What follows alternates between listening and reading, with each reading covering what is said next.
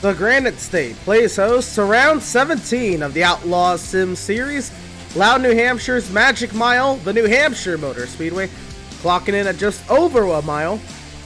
And with its proximity to the Canadian border, tonight's race is the Cape Breton 215.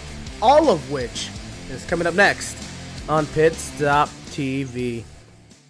Good evening all, and welcome to the virtual New Hampshire Motor Speedway. I am Emerson Arden, and Ed Shearer is alongside for the call this evening. And Ed, a flat 1 mile track, long straightaways, but corners that make it drive like a short track. What kind of racing are we expecting to see tonight? A little bit of a short track into a 1 mile little circuit here. You know, we're going to have a little bit drivers running the top to the middle, even the bottom, and possibly even going past the bottom onto the apron at some points. You know, this place is very slick at some points. A lot of people like to run all the way to the top. Not all the way against the wall, but just where the groove starts to change colors. But it's definitely going to be interesting to see how these drivers react tonight, as we're expecting some really exciting racing. Absolutely, and let's go ahead and check in with the beautiful New Hampshire Motor Speedway overlooking the landscape of the Granite State. And we were just talking about it before the show tonight, Ed. Looking like a light field time. I had a little bit of a light field last week, but I kind of expected that. I know a lot of people don't really like the Arizona Super Speedway as much, so I kind of expected the field size last week. Tonight, not so much.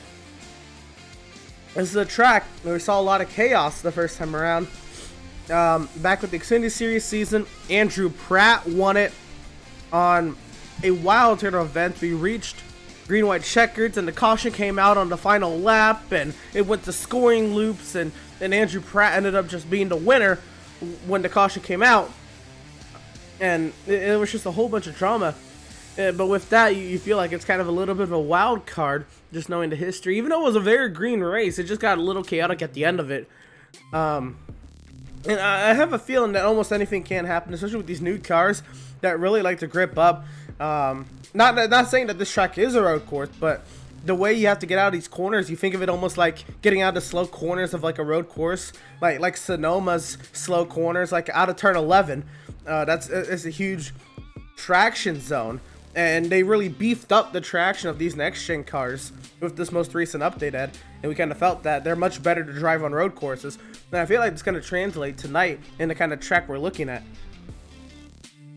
Yeah, especially with how long these straightaways are. I mean, you can see on the track map, we got these long straightaways on this little 1 mile oval, almost like a paperclip, you would say. It's not like exactly like Martinsville, but I don't know, maybe, well, how would you say it, Emerson? A little bit wider in the corners, maybe, and a little bit more, you know, about wide, like decently wide, and a little bit more speed you're asking for, but it's definitely a bigger Martinsville-esque type of track. It's exciting in every shape of way, form, and it's going to be interesting to see how these drivers react. You know, the last couple of tracks we went to with short tracks, we had different drivers running different gearing ratios between 4th and 5th gear, and we have these sequential gearboxes, which makes it interesting. I'm wondering if we're possibly going to see any kind of shifting going into the corners tonight, possibly. That is potentially the case tonight, and yeah, I've actually heard a lot about that. And with these the sequential gearbox, we've thought about shifting in the past, but it didn't really come to fruition. But now with adding a gear and the way that these drivers, these are open sets by the way, the way that these drivers are able to customize these sets, they are able to do such a thing. And we're gonna go ahead and we're gonna go ahead and bring up your track map. Just took us a moment, but here it is. There it is on your screen, the track map for tonight's race, and there you see it, the New Hampshire Motor Speedway. And oh boy, that's I mean, again, that's kind of what we were talking about. It's over a mile, so it's technically not a short track, but it drives like one, and my goodness, does it. And we talk about it. You see the fastest iRacing time on the left-hand side. And we'll get the Gen 7 lap time. Richard Lucky in the Ford Mustang ran a 29.710. And take a look at the practice times that we're getting. We are, oh boy, we're about a second off. But nonetheless, they are moving around here. These straightaways are getting up towards 150, maybe 160 at the end of these straightaways. Yeah, I definitely see some high speeds going down to these corners, but the big thing to remember with New Hampshire, they always have that fancy weekend when they have NASCAR come here, New Hampshire Motor Speedway. They have also the Wheel and Tour Modifieds, which brings a really great showing here. You know, I'm very fond of watching them here. When I was little, I used to come to New Hampshire Speedway and watch a lot of the NASCAR races, and these Wheel and Tour Modifieds will put on a show, I believe, what was it, Friday or Saturday before the race on Sunday. So they put on exciting races, but, you know, watching how back in the day these cars used to handle around this track, I was here for when Kurt Busch got his win at New Hampshire when it was in the 2-car. It was a rained out race, but you know how those car tomorrow would react here with those high horsepower, you know, going into the turns and almost loose. But these cars are a lot more different than what we had back in the day. These are heavier, higher horsepower cars. These things are heavy, and their handling is going to be drastically different from what we've seen in the past. Absolutely, and well, we got some news coming into today's race that Seth Berger is not going to make tonight's show, and that's too bad. He's on a hot streak, by the way, in another league. He has absolutely won everything over there. But coming into tonight, you see the point standings. It's really tight right now, where Max only has an 8-point lead over Seth Berger, but obviously that's going to grow. Max is looking to get out of here with a great points cushion over the rest of the field, Ed, but you see it really gets tight. Deeper down on the point standings, 6, you see James Gale. He's 209 points back in Max Service, but that's where it starts to tighten up. Jacob Reeves in 7th, 226 back. Adrian Schumacher in 8th, 228 back. And Scott Bailey in 9th, 233 back. Zoltan Herzog is still around there. He's 10th, 241 points back, but that's second half of the point standings. That cut line right around 16th. That's been shifting a lot because of Kazi and Holt dropping down through the running order. Now we're going to start to get a clear picture on that cut line, Ed. Yeah, I've been looking at these first 4 drivers in 11 through 14 between Adam Gardner, Doug Solms, Derek McMurtry, and Brad Bothwell. These guys have all shown up for the last coming weeks, but just not have had the runs that they expected. You know, these guys need to try to find a little bit sort of momentum getting in as we're getting closer and closer to the playoffs. We got about 20 races left in the season, so it's getting dicey and kind of feisty out there. You know, everyone's fighting for positions and stage points recently with the stages. I mean, last week at iRacing Super Speedway, it was nuts when we got to the end of the stages. People were pretty much risking it, just about to wreck each other just for the stage points. So we're getting to that kind of the point where these drivers are willing to risk it for anything in the stages. You know, you got Andrew St. Cyr 15th. He's had not the kind of showing he's been having the last couple weeks. I don't believe he showed up last week. And we got Devin Smith in the 95, who I see on track currently. 377 points back in 16th, with Matt Rogers in the 96 and 17, 396 back. And then, like you mentioned, a couple of no-showers that we haven't had recently with Joseph Causey, Greg Holt. Robert Giannini's been back and forth, and I'm not sure if he's here tonight. I don't see him in the charts, so I don't think he's here either tonight. So we got a lot of shifts and changes happening in this points. Yeah, absolutely, and it's still going to continue to change as we get to the meat and potatoes of the schedule.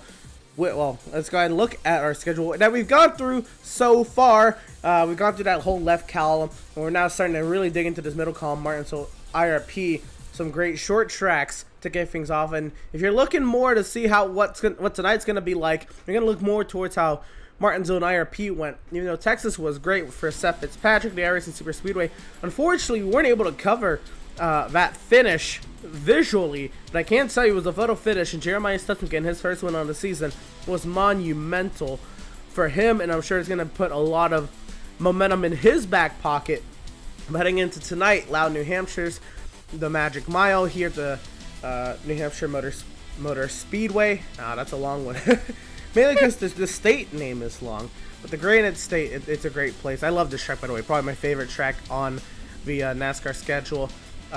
Just because it's so momentum. It's really about finesse and how you can carry the momentum to the center of the corner.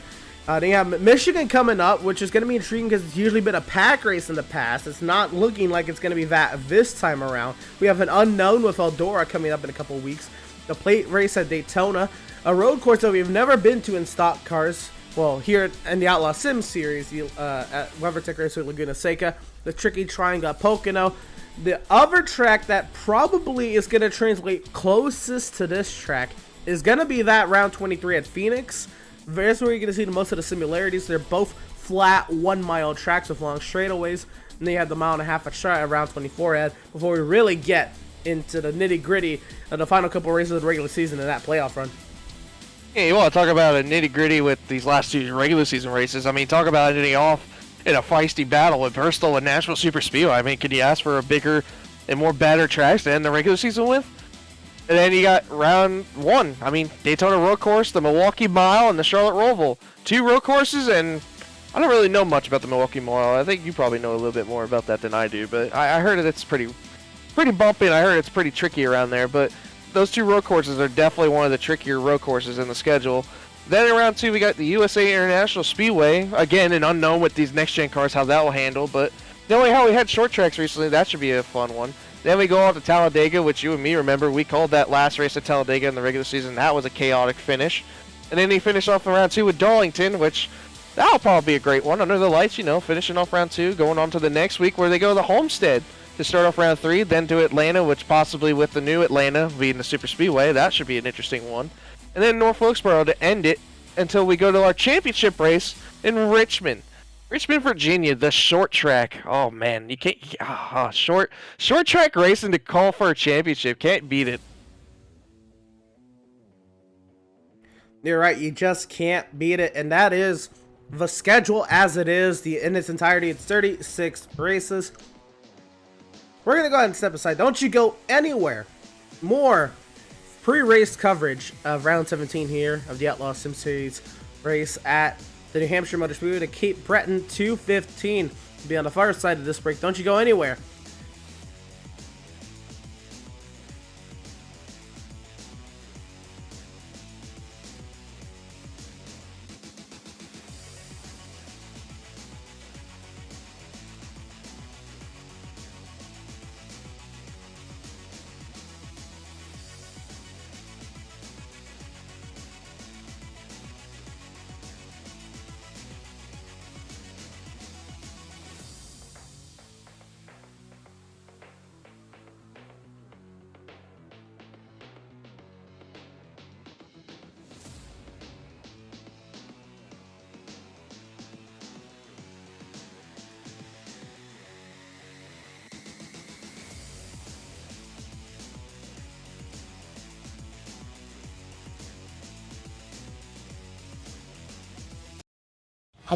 Have you found yourself trying to hide your joy because you're unhappy with your teeth? Your smile is the first feature noticed in an interview, on a date, or in family photos. We want you to be able to shine bright as your best self, and our teeth whitening system is the perfect step toward restoring your confidence.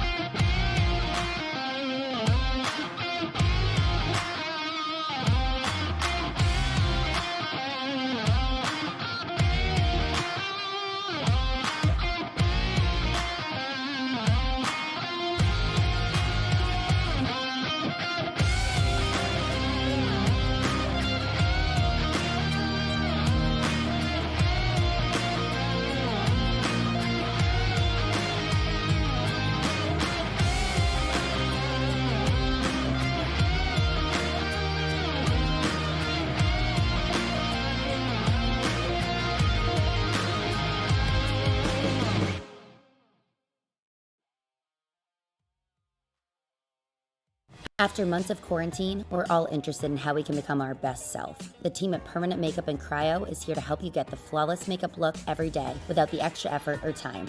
When it comes to your appearance, you deserve the best care that money can buy.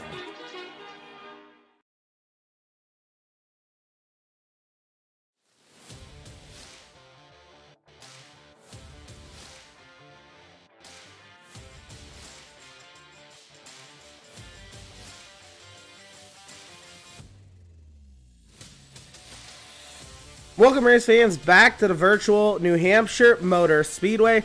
We're here in Loudon, New Hampshire for the Cape Breton 215. And Ed, it's a great night. I'm glad to have you alongside this evening. And, well, let's get right down to it. Let's go take a look at the practice charts. My apologies. There they are. Daniel Molnix has gone top of the charts. Well, he's been there for actually quite a bit. And again, we've seen him up there a couple times before. He's still kind of searching for that elusive first win. But the more he puts himself up here, the more he gives himself that opportunity.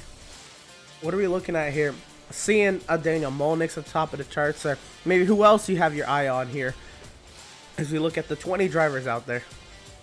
You know, I'm not surprised to see Daniel Molnix. You know, the last time we talked to him, I believe, was last week at RC Super Speedway, where he said, he felt pretty confident going into New Hampshire. You know, he had a setup that he felt like was worthy of possibly even getting a win out here. So he definitely even mentioned that he liked these short tracks. So it's not surprising to see him out there. But how about our points leader? Going for a little bit of a fight. I've been seeing him out there the most, to be honest. He's been putting down a decent amount of laps right now. He's been about out there for, what is this now?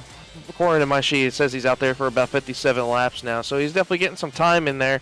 He's definitely the one person I've been watching that's been making the better ground on drivers on corner exit out of more people I've seen. So it's going to be interesting to watch how Max Service handles this track tonight. Certainly. And now we're looking at this, and he's actually not doing too bad there on the practice shirts. I want to see, and we do have the opportunity to talk to him. So I do want to kind of bring up driver of the number 12, Andrew St. Cyr. Again, Andrew, you threw money behind this race, and you're calling it the Cape Breton 215, which I understand is the island in Nova Scotia that you're on. But tell us more on why you just kind of decided to do that, and what this race means to you. Well, it was just really honestly to support the leagues and help Adam out with the just the cost throughout the season. And I get a lot of enjoyment running the league, and any way I can help, I'd like to. So just had to come up with a name, so thought about the Cape Breton 215, which is where I guess where we live. And yeah, so that's pretty well it. It's and it's essentially, this is our home track, so this would be the closest track to where we live. Hence why the sponsorship. So well, it is true that they do have the Canadian National Anthem played at this track. I imagine there's a couple others that do that as well, but the one I can think of, I guess, other than New Hampshire, is Watkins Glen. So I guess it makes sense. And I guess y'all are way out there on the east side of Canada, so this is, I guess, that makes sense. This is pretty well. This is pretty well as easy as you can get it, other than Newfoundland. So. Yeah, and actually the ferry from here is how you get to Newfoundland, so yeah. So anyway. I then ask, have you been to this place? What do you think of it? And what does New Hampshire mean to you? Never been there. It's never worked out, honestly, with the schedule when the races have happened around summer vacations and so on, and Max being in school and stuff. So I don't know, one of these years I'd love to get there. Obviously it's on the bucket list for sure. So well, let's shift our focus to the race at hand tonight. You are right now seventh on the practice charts. Oh no, and that's gonna be a big hit. It's all good. But you're looking pretty competitive tonight. How do you feel about your chances? Pretty inexperienced at the track. Trying to log some laps here. Haven't got a lot of practice in other than this session. Feel all right with the setup. Obviously, the passing is going to be tricky. It's if I can keep that NextGen snap from happening on exit, it might be all right. But just got to be patient. I think keep the rear tires under it, and we'll see how we finish. But definitely, I think the name of the game tonight is being patient. So. Well, there you go. And we look at it, Andrew. You are inside the cut line now. You have yourself, what are we looking at? About a 40-point gap to the cut line. Think about the way your season has gone so far, and what's to come for us. What can we see out of this 12 car in the coming weeks?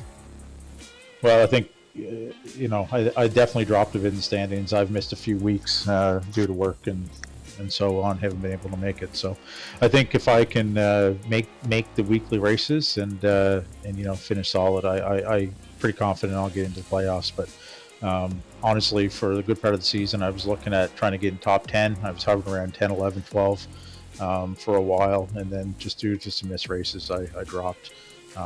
But I do think I'll get into the playoffs as long as I'm able to make the races and hopefully compete for maybe a round anyway. So anyway, looking forward to it. I have a lot of fun with this, and look forward to Wednesday nights for sure. Right on. Well, Andrew, we appreciate your time. Thank you for sponsoring tonight's race on behalf of the Outlaws Sim Series. It's great. And best luck to you tonight. Hopefully you do well in the running tonight. And best luck to you. Hopefully we'll talk to you a little later. Thanks, buddy. Take care. Right on. And that is driver of the number 12, Andrew St. Coeur, and Ed, who, well, I think it's great. He went supported Adam and threw some money behind the league. He also sponsored Canadian Tire. He threw that one other named Beatrice Milk, which I imagine is a Canadian milk brand that they like to use. But tonight it's the Cape Breton 215 on behalf of Andrew St. Coeur, and great stuff. Yeah, it sounds great. I wonder what that milk tastes like. I never had Canadian milk before. I'm kind of curious now. We'll have to ask Max later, no? Probably. That'll have to be the agenda later. Hates it. He hates milk just in general. I don't know how. He likes ice cream. It's the same thing. I know. But looking at the time here, I'm not going to throw another interview on you, Ed. There's a couple things we get to talk about tonight. One is I just got told, I kind of knew this, but it slipped my mind, that there's, I guess, some news surrounding this track specifically. For the Outlaws Sim Series, we will have a logo on the seat post. Something I missed there. Interesting course we're watching. But we're going to have a logo on the seat post of the number 47 car in the Xfinity Series at New Hampshire in a few weeks' time. So that should be brilliant, and cannot wait to root for car number 47. Hope they do well in the race, especially with them running an Outlaw Sim Series logo. And that's cool. They did this last year as well. It was a really cool idea. I know Adam has been really reaching out with Mike Harmon Racing and has been working to make that happen. They did it last year, and they liked it, and so they hit him up again this year. And it's really cool that it gets to be on the Outlaw Sim Series, gets to be on a real race car. Yeah, we had recently we've had a lot of sim racing, whether it be teams, logos, leagues, be on, actual NASCAR stuff. So it's pretty awesome to see, the Outlaw Sim Series rightfully be put on a NASCAR car at New Hampshire. It's going to be interesting to see Ricky Stenhouse with an Outlaw Sim Series logo. I never thought about that before. The Xfinity Series car, Mike Harmon Racing. Xfinity. I thought it was Cup. I was like, wait. Mike Harmon. Oh, okay. Mike Harmon. I don't really know much of the Xfinity roster. Well, I believe it's going to be... Oh, goodness. I don't know who drives it. I know Kyle Weatherman drove it last year. But anyway, it will be on the... It will be on the number 47 Xfinity Series car when they come to New Hampshire. Another part that's going to be new to us, Ed, is new to the channel, and new to a lot of people on iRacing, is, let's see if I can find it here, is this, Ed. We are going to be having the restart zone in effect tonight and through the rest of the season, as long as it's an option at tracks. So it's going to be really intriguing. We've never seen it before in a league race setting. iRacing has patched it. I know there was a lot of issues last week, but I'm very excited to see what kind of restarts we're going to get on. More controlled restarts, a little less work on race control, Control 10, and more iRacing policing these drivers in the restart zone. It's a big restart zone, Ed.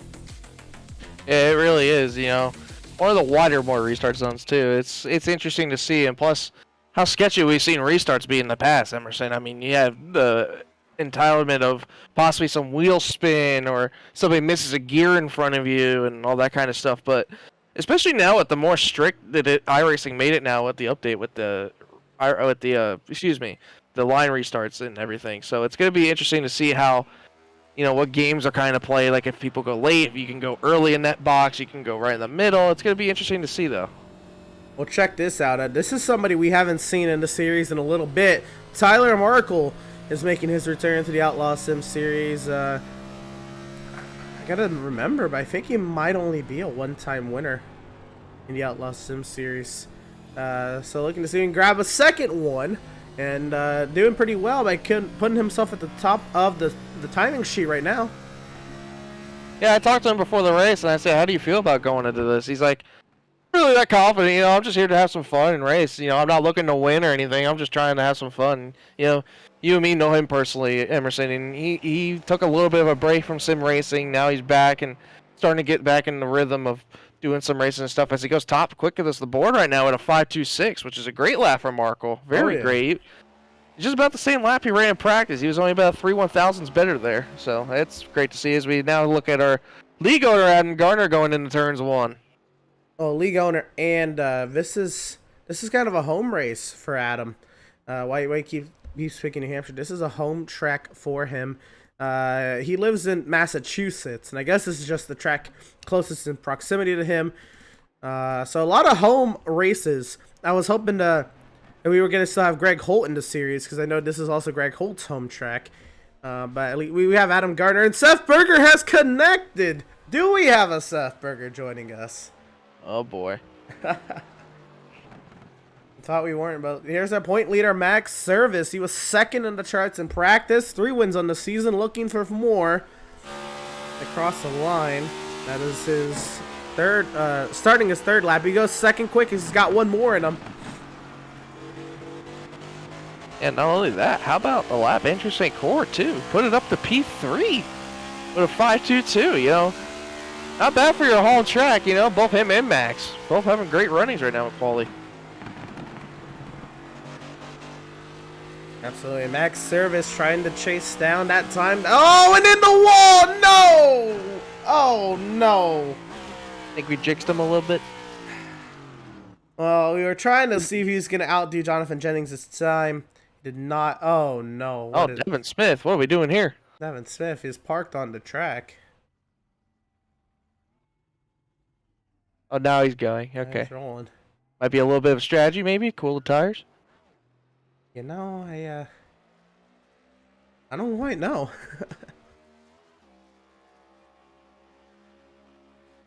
And that rear end is damaged, so I don't quite know that. We'll go and look at Jeremiah Stutzman, last week's winner in that number 71 Auto Trader Pennzoil machine.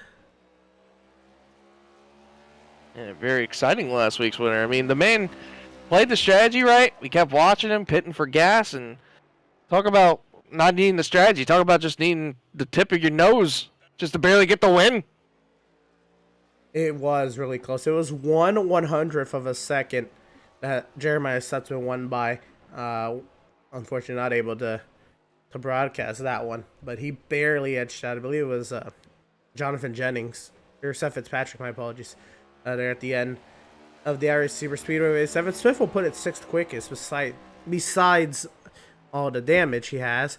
We watch Stutzman as he rounds this track and starts to see what he can do with that number 71 machine. And Stutzman ran a 5.88 in practice, which right now that would put him up to about 5th or 4th position. So, I mean, he's about 2/10 off the pace right now. Let's see if he picks up more, and I believe this is his second lap coming to the line. Let's see. Yeah, about close for 5.74. Definitely picked up a lot there. That moves him up to P5 currently right now. But one thing I want to notice, how much... I wonder if it neutrals out in the third lap. I couldn't really make it out if people are improving or not on their third lap here. Let's see if he's coming down the next straightaway here. On his third lap. He did? Okay, I was curious about that one.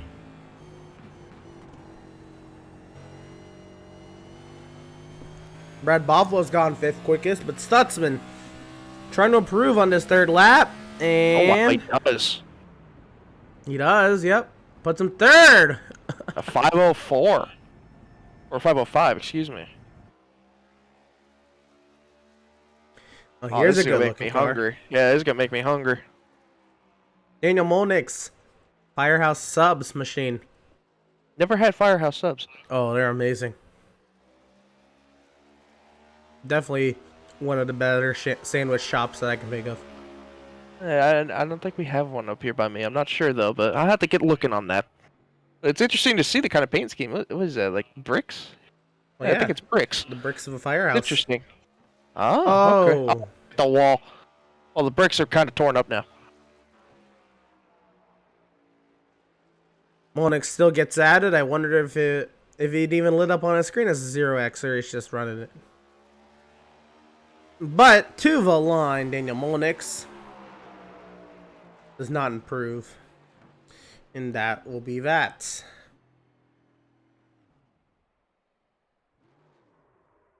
Go loop it around. We are still waiting on Derek McMurtry, Doug Solms, Sean Mickey, Kevin Powell, and Seth Berger to get out to the track. But so far, our current Pratt Tile and Stone Pole Award sitter is Jonathan Jennings. And of course, Pratt Tile and Stone, serving Central Vermont since 2005.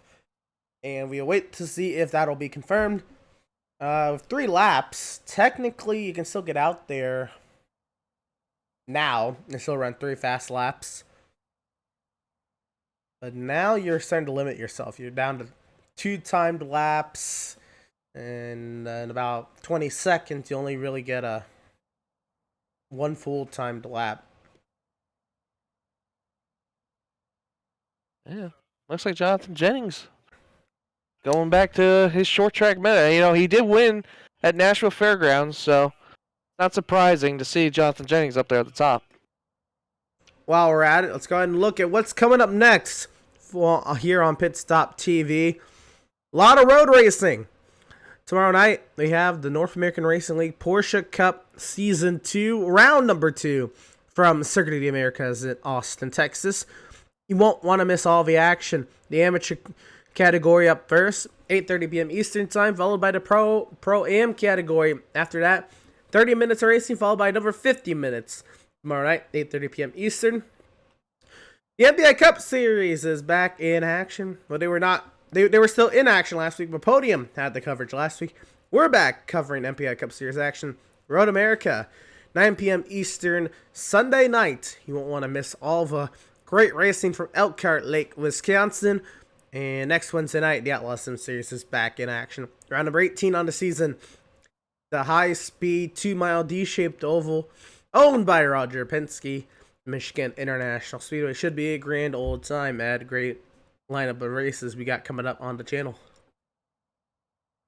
Yeah, I'm excited more for Thursday. You know, you and Andrew covered that one race. I can't remember the league was the name of it, but The Circuit of the Americas Racing GT3 Series. Yeah, that was fantastic. You know, GT3 cars around Circuit of the Americas is just fantastic, and I love driving GT3s myself. But not only that, we have that 4th of July race just about coming up with Sunday with MPI Cup Series, Road America. I'm excited for that one, but how about we go next week to Michigan? You know, a little bit of a super speedway kind of race, but kind of on a little bit of a regular speedway, so that'll be a fun one. I'm excited for it, though. We got a nice little schedule coming up for us at Pit Stop. Certainly, and what else is scheduled is our starting lineup. The Pratt Tile and Stone Pole Award winner is the 91 of Jonathan Jennings. Who's outside is the 81 of Max Service. Row number 2, it'll be the 71 of Jeremiah Stutzman, the 12 of Andrew St. Coeur. Row 3, it'll be the 42 of Tyler Markle, the 31 of Brad Bothwell. Row number 4, it'll be the 11 of Scott Bailey, the 44 of Daniel Molnick. And row number 5, it'll be the 95 of Evan Smith, the 2 of Seth Fitzpatrick. Row 6, 96 of Matt Rogers on the outside of Jacob Reeves in the 22. Row 7, we got James Gilliard in the 33 with the 41 of Mike Petrin to his outside. Row number 8, Adam Gardner, the league owner, in the 56, alongside Adrian Schumacher in the 82. Row number 9, Seth Berger, second place in the points in the 77, outside of him with Derek McMurtry in the 84. Row number 10, John Mickey in the 69, alongside him Kevin Powell in the 93. And rounding out the 21st, Doug Solms in the 67. So we're looking at it. I don't know if Seth Berger is racing tonight. I think he just signed up to maybe get the starting park points. What I do know is we have two not breaks, but stages tonight. The top 10 will be awarded stage points at the completion of lap 43 and 97. And I will double check that as well. But while I'm double checking that, let's take a look at the weather for tonight's race. And Ed, look at 9 degrees track temp. It's not that hot out there. Pretty decent. And raceable for these drivers. Air temp 72. Winds very calm. Only 2 miles an hour out of the north. And, that hot temp, it's kind of, decently hot enough. It might be a little slick on the starts and on entry, so I have to watch to see if these drivers might have a little bit of handling issues on the start. We'll see what happens, though. And I can confirm the stages will be at 43 and 97, top 10, regardless of flags session state, will get awarded stage points. And as far as the restart zone works, the initial start was on the starter. So when the starter waves the green flag, that is when these drivers will go green. So here we go. We'll get to see it. The iRacing.com, safety vehicle in the safety of pit lane. We are racing from Loudon, New Hampshire.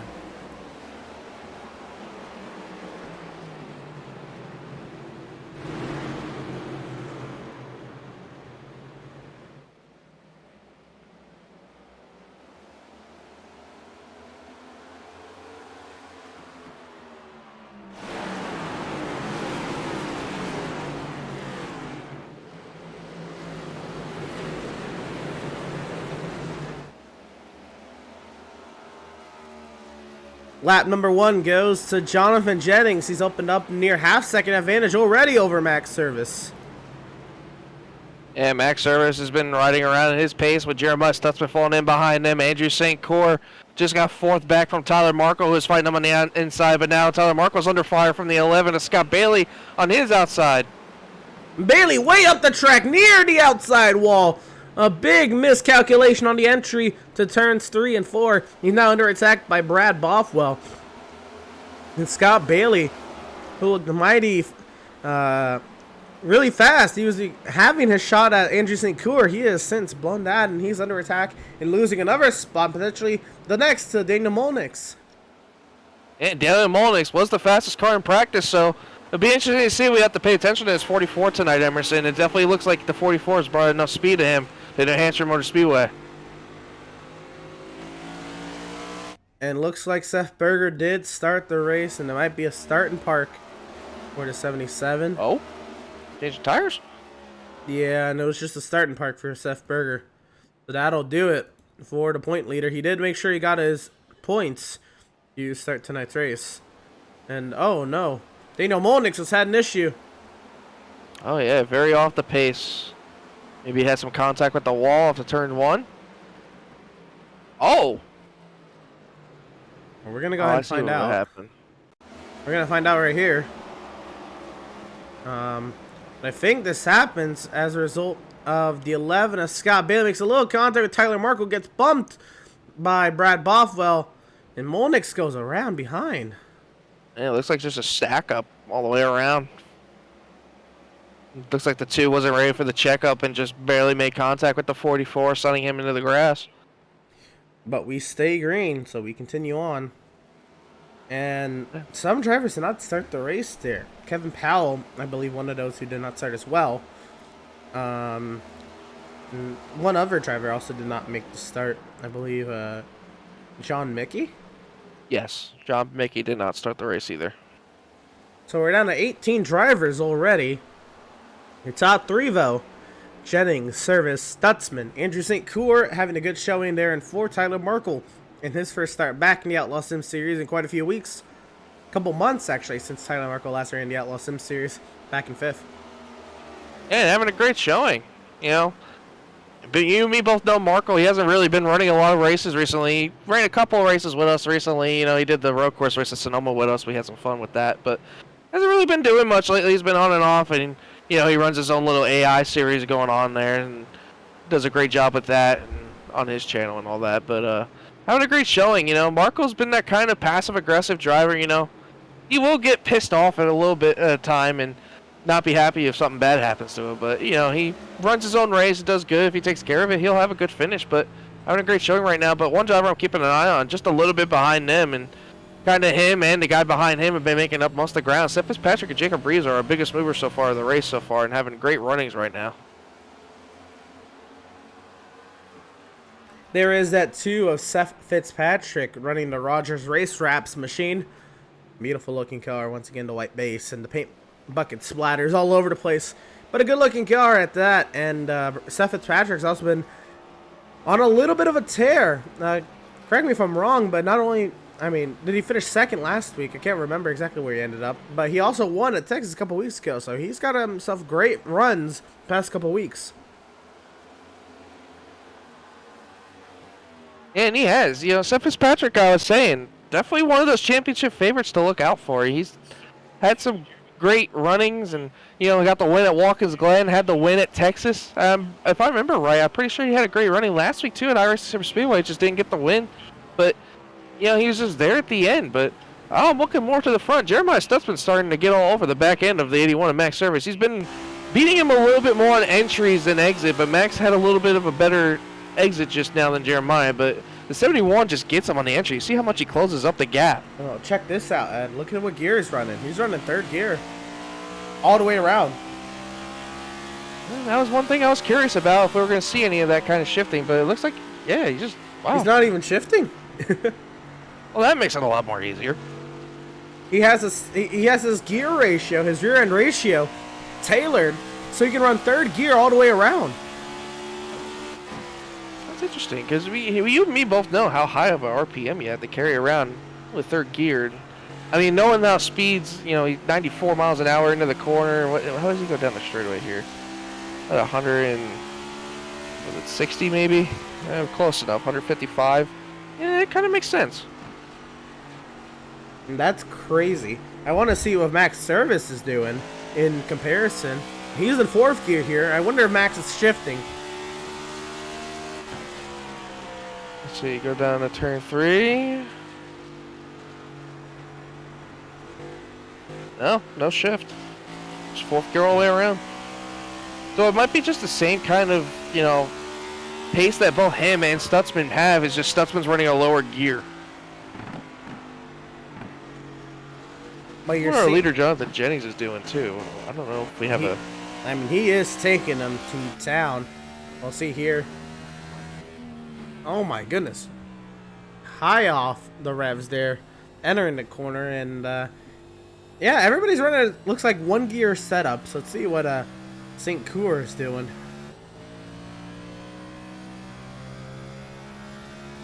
Coming down the straightaway. He's going a little bit more faster than most of these drivers, about 156. Nobody's shifting though. Fourth gear, no shifting. All right, well. Tyler Markle did just get passed by Brad Bothwell, and you see him there and trying to hang on. Oh, big! Oh, it's gonna go round! Gonna go around. Oh dear. No! Into the tire Into the bear. tires. And he's stuck. And he towed. Oh no. And we saw that live. We'll take one look at it. And he is out. And that is they done for Tyler Markle, and that is a shame. You got a little high on the entry there, and off of the corner you got a little bit of a snap, and nowhere for Seth Fitzpatrick to go, and Tyler Markle. He got stuck there and quits. Yeah, unfortunate day done early for the 42. He had a great showing in practice too, and that's unfortunate, man. That's tough. Wow. James Gilliard just got around the 22 of Jacob Reeves for 7th. Let's move James Gilliard up to 7th now, trying to hunt down Seth Fitzpatrick for 6th. We saw James Gilliard. He had a very fast car at Martinsville, but just couldn't hone in that speed in terms of aggression. He got into about everybody at Martinsville. I wonder if there being more space here in New Hampshire, if that speed from Martinsville is going to translate and he has more space to work with, if he's able to maybe have a little bit of a better run tonight. And, you know, James Gilliard has had the most on and off kind of last couple of weeks I've ever seen. You know, having that Martinsville where, you know, everybody was hunting to get him and having those little bit of rivalries. Then, you know, he's been back and forth. He had a good running at IRP. I can't remember Texas all that much how he did, but I know last week the Area Super Speedway, he was definitely one that everybody was hooking up with to get to the front. He was hooking up with lap cars at one point, even getting himself to the front. So he had some strong cars recently, so I'm looking for a better day here for the 33.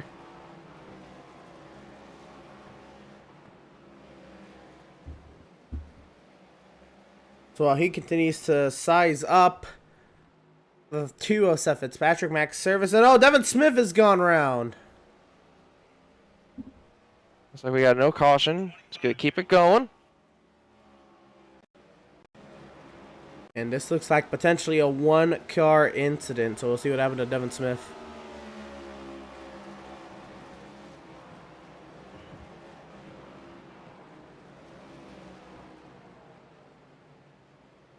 Looks like he just gets off the corner and just looks like it just loops around on him on exit.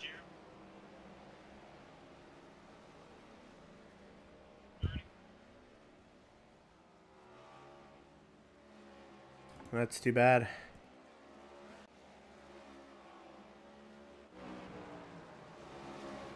All that is happening. And this driver, Jonathan Jennings, he has been opening that gap. He has been walking the field a second and a half over max service and continuing to gain. Yeah, and it hasn't been like the times haven't even been really that, you know, close either. Jonathan Jennings has been outlapping these guys by 2/10 a lap. So this 91's got some speed into that Chevy.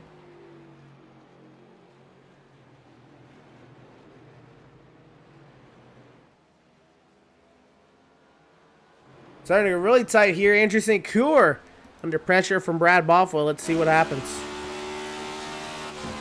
Yeah, Andrew St. Coeur had a good run. Started 4th tonight. Having a good showing. Looks like Brad Bothwell's going to try to carry as much momentum on the bottom groove. Try to work it up to get the run on the exit. He's been eating them away a little bit. I can see Brad Bothwell having a faster pace. He's going to peek to the inside, showing him that he wants position, but it doesn't look like Andrew's going to bite on it. He's going to send it in there. Some contact. Oh, baby. Nudge showing, hey, I'm kind of a little bit faster than you. Can you let me go? And these bad boys, they got fenders. You can do that. Yeah, these things, they don't get roughed up as hard as they used to back in the day. You know, these things new can take damage a beating. model? They could take a beating. Oh, you know it. So, Bothwell and St. Coeur getting a little physical for that 4th position. Here we go again. Bothwell slid the entry. And Bothwell's really pushing hard on this set of tires. I don't know if this is the better run for him or he just really wants to get going and thinks he's faster. I don't know. That last time by, Andrew St. Coeur was faster by a little bit more than Brad Bothwell. So, I don't know. Maybe Brad's just got to go back to his patience where he's been arcing that bottom and getting a run off on the exit on the top. He's been making a lot of ground on that, but James Gilliard behind them just got by Seth Fitzpatrick for 6 and now is pulled away by a little bit, starting to run these two down. So the 33 is showing up a little bit here as both the 31 and 33 are teammates. So looks like these B&G boys brought a good setup tonight. Looks like they're doing pretty good for themselves. These boys are going to work. Schumacher and Molnix. And Molnix had that spin earlier and had to recover a little bit. Looks like he's slowly but surely starting to work his way back up from the front. Started around 8th place, now working 12th. Getting by Adrian Schumacher here on the bottom. I don't know if he's going to actually clear. Oh, he does clear him. Okay, good run for the 44 there. You know, that's what I was pointing out in pre-race too. You know, you can make any kind of lane work in this situation. You can run all the way past bottom that yellow line like we've seen in the real races. But I don't think a lot of these drivers are going to go for that, as right now I see majority mainly either sticking up to the top where the residents kind of faded out to the top or running the bottom to where that works out too. Like Daniel Molnix here is going to work it down just a little bit, just on that first seam, just above it. And Adrian Schumacher behind him just kind of has an arcing 3rd to 2nd groove. But it looks like Molnix's car is hooking up better on that 2nd groove. So Molnix is starting to slowly but surely work his way back up to the front, Emerson. He does attempt to do that. What has gone on here? It's kind of like the... Well, Right now, Matt Rogers is having to go at league owner Adam Gardner. Move out of Last Chance Racing. Adam Gardner's up 5 spots from where he started, so a good run so far for the 56. And this is what I was fearing. Gilliard's going to get by Bothwell here. Yeah, I think that might have been just Bothwell giving it to him, because Bothwell, I think, is starting to fade off a little bit after that contact with the 12. Maybe burned up his stuff a little bit more than he had to. But let's see if Gilliard can run down possibly the 12, Andrew St. Cyr, who's been having a pretty nice day so far, as we're just about 28 laps in. Remember, stage 1 will be scored at the completion of lap 43. So that is still on the line for these drivers. Max Service has opened up his large gap over Jeremiah Stutzman.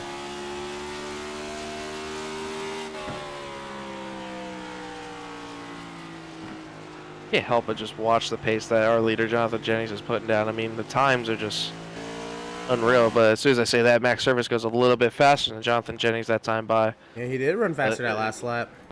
And I think he's starting to figure out where he needs to be. You know, he's starting to move up a little bit, as we saw. He went out of the groove just about 1 to 2. It has a little bit of a diamond. Let's see what he does here in 3-4, if he does that same kind of little pasture groove that he runs up. He goes up just above the cushion here. Yeah, there he goes. He runs up above the cushion, diamonds it off the corner.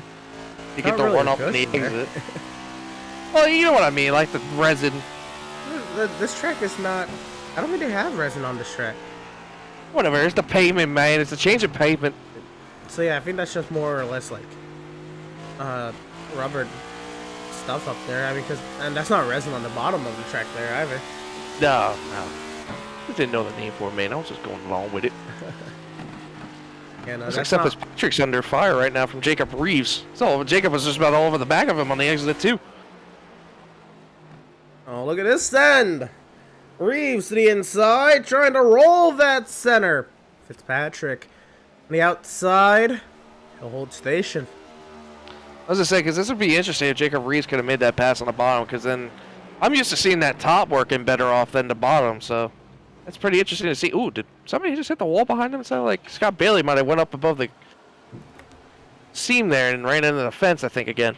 Scott Bailey was a little slow there through the center of the corner, but Fitzpatrick just got sideways and Reeves went on through.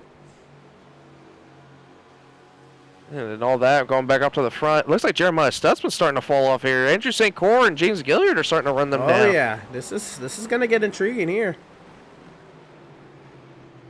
This is starting to get interesting here. I love what I'm seeing out of this 12 car so far. He's definitely having a great performance right now. I'm just hoping he keeps this up, because we got a little bit longer to go for the stage, and I know how desperately he probably wants those stage points.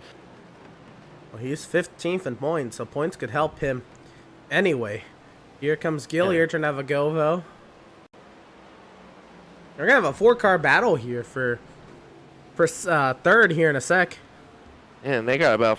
St. Cyr Cyr going to power it in there. Oh, he moves to 71 up the track. I don't think they made contact, but got really close. St. Cyr is clear. Gilliard wants to have a go here. Can he send it to the inside of St. Cyr? They're still going at it. Well, Cyr's going to shut the door.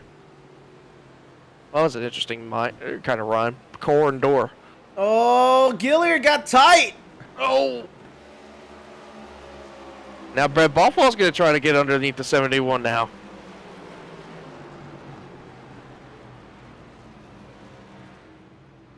Bothwell, he is cleared, and how Stutzman's race has turned around. He's gone from 3rd to 6th in a short span of time. And all that. Now these guys have about 7 seconds to make up to our 2nd place Max Service, who's pretty far off the road from these guys. But I'm definitely liking what I'm seeing from these two right here that we're on board with, and plus the guy behind him. Andrew St. Cyr and James Gilliard having great runs so far. Oh, there's Gilliard, a huge run through the center. Cyr's going to fight it. He ain't giving it to him easy. Oh, Gilliard's loose. St. Cyr's back on through. Yeah, that's where that top prevails better. That top line is where you want to be on those passing zones.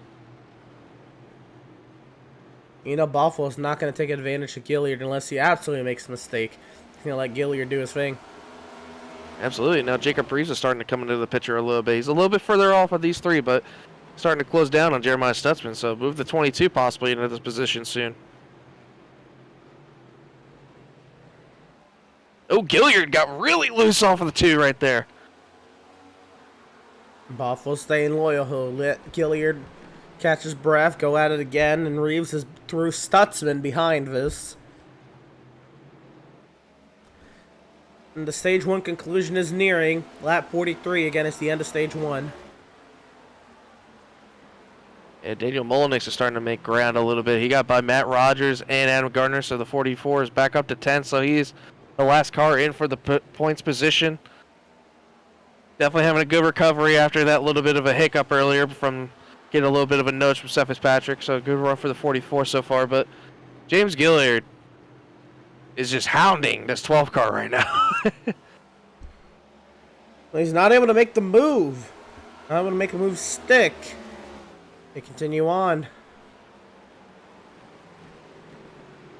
Yeah, Andrew St. Core is doing about just the right thing, where he's running that top line to not give him the entry, but that's where James Gilliard comes to his best. You know, he gets it all in the middle, but he just loses it on exit because the 12 gets the better runoff. Oh, and Gilliard just about went into the 12 right there in the corner. He tried to get to that bumper. And sideways is Gilliard now, and I wonder if Buffalo's going to have to get on through here.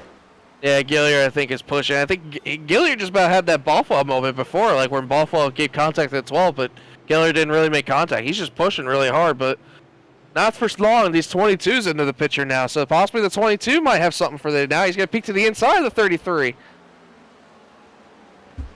Jacob Reeves into the mix.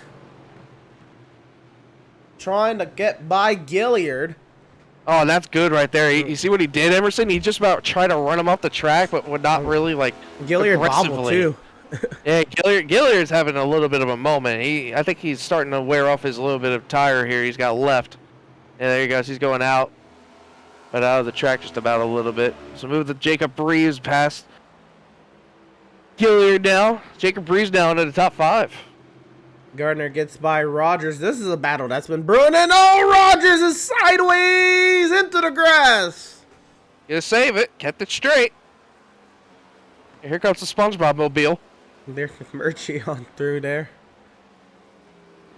Back up to this battle, though. It was lighting up on my timing screen. I had to take a look. They got a lapped car here. Daniel Molnix. Wait, no, that's not Molnix. Mike Peachin. Mike Peachin. My apologies.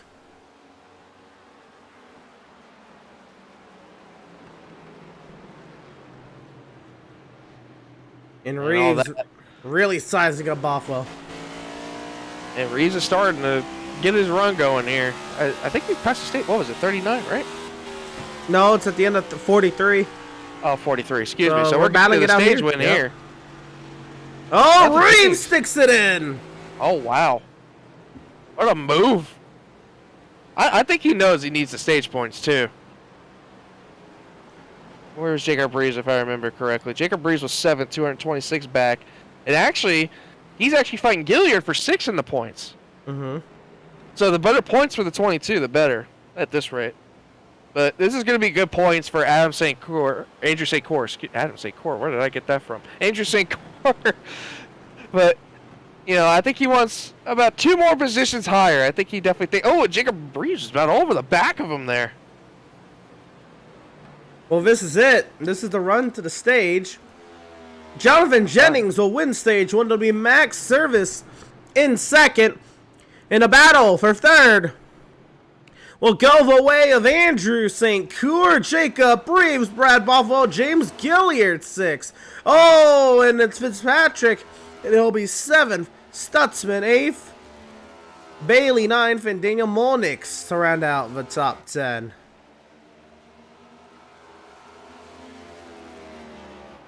Man, how about the run right now from Jonathan Jennings? His gap was starting to fade a little bit, but I think he's starting to pick up the pace a little bit more. He's up in the lap traffic 6. now. Yeah, he's working by the 84, Derek McMurtry, and this would be putting 13 cars on the lead lap. Matt Rogers would be the only car, or the one car that's going to be on the lead lap. So Jonathan Jennings is definitely not slowing down any.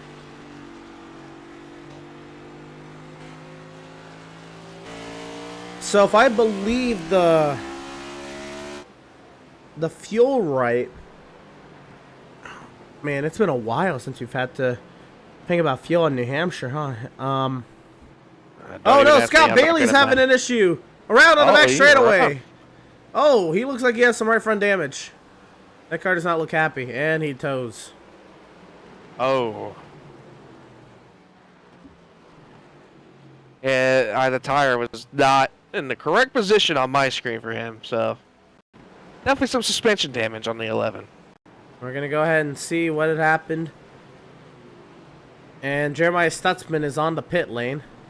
You'll see why in a second, but oh no. Looks like just an overcorrection. I think he felt the car was stepping out, tried to overcorrect it, just went straight into the wall. And you see how you see the right front tire not having a good time. No, and you know how it depends on how hard you hit here, Emerson. You know, when you hit that wall at a certain kind of speed and at a certain impact, and that's going to hurt the suspension and the tire. Now, Jeremiah Stutzman is in the pit box here. And look at that pit time, 33 seconds. Either he's sped or there's some damage. I don't see any damage. No, I don't see any damage, but he was having that big tire fall off, so I'm not sure if this is all of the plan or if he's just having a speeding penalty. It might be more of a speeding penalty. Well, if he leaves at 54, 55 seconds, it was speeding. It was speeding. The pit road speed here is sketchy. It's 45 miles an hour. So you're talking about going from about coming off the corner about 100, 110 possibly, to slow down all the way to about 45. It's really tough. Oh no, we'll see it here. This is what happened with Jeremiah Stutzman. This is before, and this isn't coming to pit road. Does he lock up the brakes coming in? Oh, it looks like he just... I don't know if he intended to come to pit road. Yeah, I don't know. I don't quite know what happened there. It looked like he had a moment and just... I think he was just trying to save the car and just took it to pit road. That is... I don't know. It was weird. Yeah, weird looking incident there for Stutzman, but that's his competitive night over. Unless, well, I guess it's not over, but it's going to be a while before you can get back on the lead lap and a lot of yellows. Yeah, he's 3 laps down now. He's going to try to get around Jonathan Jennings here. He might get one of them here. Yeah. Yeah, he's definitely got the fresher tires, so he's definitely going to want to try to get around him as fast as he possibly can. I don't know if Jonathan knows he's on the fresher sets, though. I think you'd have to get around this traffic. Yeah, you would think he would know. I'm not sure, though, if Jonathan is going to give it to him easy. Doesn't look like it right now. Does it look like he's blocking him, or is it just me? No, I think he's trying to get clear to 96. And here's Stutzman. Oh, he's going to send it in there.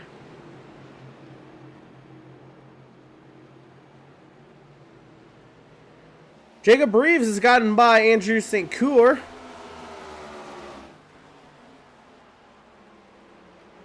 Well, Andrew looks like he's having a moment. I don't know what has happened. I don't know if it's damage on the right front or am I just losing it of the 12. You see that too, or is it just me? It's like just on the right side of his headlight. Can't really make it out if that's just a glitch on my end, or I think it's a glitch. Yeah, it's a glitch. It looks fine now. But now Brad Buffalo's trying to reel in the 12 now. Doug Solms comes to pit road. This is not the fuel window that I imagined. No, he was a lap down too, so he might be just early stop for him, possibly to maybe try and get one of his laps back. I mean, he's going to go 2 down now. Jonathan Jennings is really picking off this field. We got 8 cars on the lead lap now. So what I was trying to say about the fuel loads, and you're right, Jonathan Jennings, he's absolutely on it. Is, if I remember right, we're thinking about 80 laps or so on fuel. Like, similar to Phoenix as well. You're thinking about 70, 80 laps on fuel. So this is a little early. I'm guessing some of these guys are also experiencing massive tire fall off, like you said. And they're just coming in early. And if you're pitting. pitting here, you're asking about, I don't know, maybe like a 4-stop, just about. Yeah, I'd imagine you pit at 100, 110. And then 160. No, you can 3-stop it, maybe. Make it 3. Yeah, you can make it 3, but I don't know if you want to go about past 60, 70 laps on tires, unless you really feel that good about it. You got to think, you don't ever want to go the max distance on tires because your pace falls off tremendously.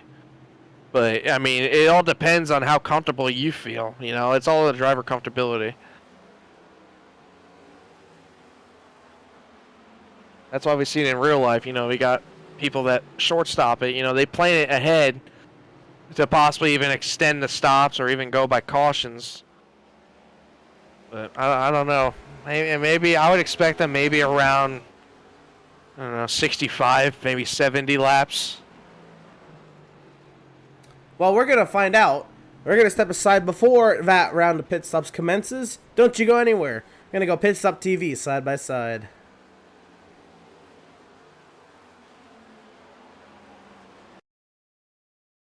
Have you found yourself trying to hide your joy because you're unhappy with your teeth? Your smile is the first feature noticed in an interview, on a date, or in family photos. We want you to be able to shine bright as your best self, and our teeth whitening system is the perfect step toward restoring your confidence.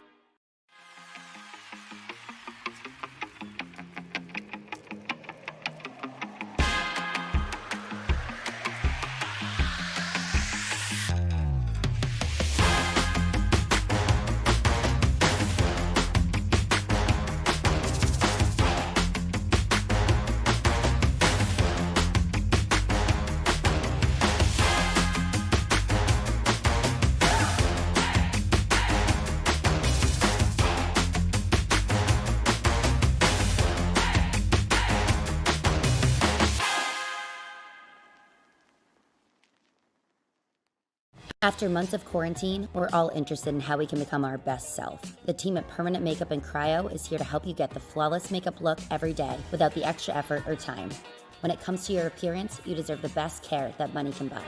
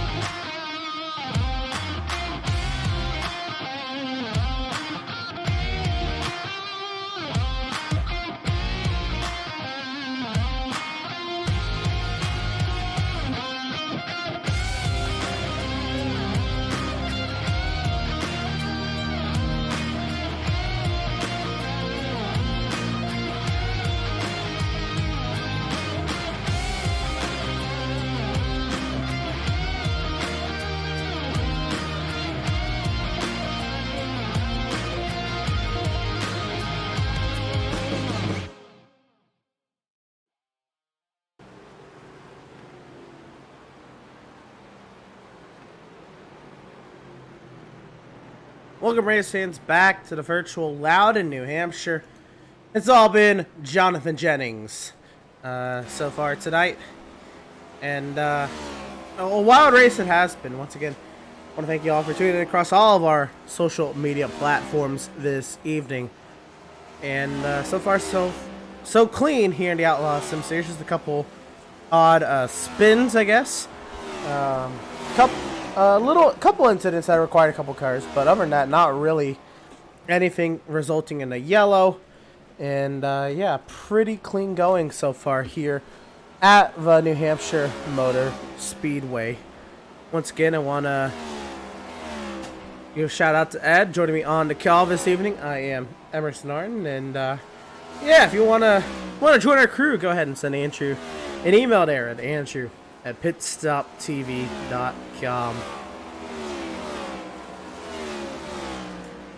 Jonathan Jennings now has a 3.1 second advantage over Max Service, and we'll make that 15 seconds over third and a lap over eighth. Jonathan Jennings has absolutely been cooking. And the field's starting to space out a little bit. Jacob Reeves has pulled about a second, a little bit of change on Andrew St. Cyr. Andrew St. Cyr's pulled about a second on James Gilliard, who got around Brett Bothwell for 5th. And Seth Fitzpatrick is now the last car in the lead lap in 7th, as the leader Jonathan Jennings has put him, Daniel Molnick's let down. Seth Fitzpatrick's on pit road right now. This might be a scheduled stop. There he is, Seth Fitzpatrick. We're about 10 laps shy of making this an easy 2-stop. So little. Oh, and he shot through the. He slid through the box. That's not going to help his case by any means. Also, Scott Bailey on the payload. Scott Bailey's been there. Never mind. Down and away.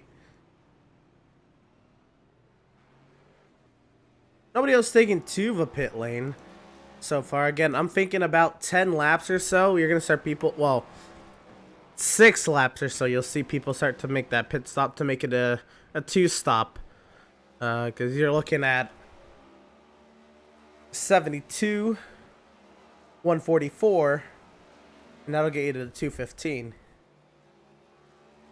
Yeah, I said about right around now to lap 70, I thought our leaders would possibly pit, but I think you might be onto something, Emerson. I think you're right about this, but it looks like the pace is starting to pretty much neutralize out throughout the field. You know, everyone's running about 32-second bracket time, so I don't think anybody looks like they're struggling right now with looseness of grip or the tires starting to fall off, so I don't see how they would pit now, so I think you're on something here, my friend. Yeah, and that's always been kind of the case here at the New Hampshire Motor Speedway, right? You can always go really long on fuel and stuff. No, tires not so much, but fuel definitely. It's always been kind of a case, and we just I don't see a point really to make it any more stops. And it was Ben saying that Ryan Vargas showed the 47 at Portland, which that's correct. And then Markle said, Tyler Markle said, I tried. Unfortunately, gonna be a long tow to get back into it, so hopefully he'll be back next week. And that's what Tyler Barkle has said out there in the chat. If you're out there, go ahead and drop in the comments who you're rooting for, who you're watching for, or what do you make of the show so far here at the Outlaws Sim Series, round 17 of 36. It's been a clean one. We're glad to see this though, because we had a pretty hectic beginning of the season, pretty caution-filled beginning of the season. So I'm glad to see that we have gotten the clean racing that this Outlaw Sim Series has been used to. I mean, the series used to think 6 cautions was a lot of yellows, and so I'm glad that we're getting back to that kind of racing, because that's kind of what the series is all about. If we look at league owner Adam Gardner, he prided himself. And I mean, he still does pride himself in this league, but he prided himself having probably one of the cleanest leagues on iRacing. Yeah, he's done a phenomenal job with it. I mean, the last couple of weeks and mainly this whole month, I would say, has been pretty exciting and very clean. Pretty great, pretty clean racing from all around with all these drivers. It's been very, last week we had that photo finish, and Texas was a great showing. IRP was fun. Just this whole schedule coming up too, I'm looking forward to. I mean, look at all the races we got coming up. Emerson, we got Michigan, Eldora, which we have no idea about. Laguna Seca in a couple of weeks. We have no idea how that's going to react. So this schedule is going to bring some interesting type of racing into the future. I expect Michigan to be more of this, more of the caution-free kind of racing. Again, Eldora, that's going to be fun. We have no idea. And, yeah, we don't know what's going to happen at Laguna Seca. Hope everybody can make that sharp turn at pit entry. That'll be fun.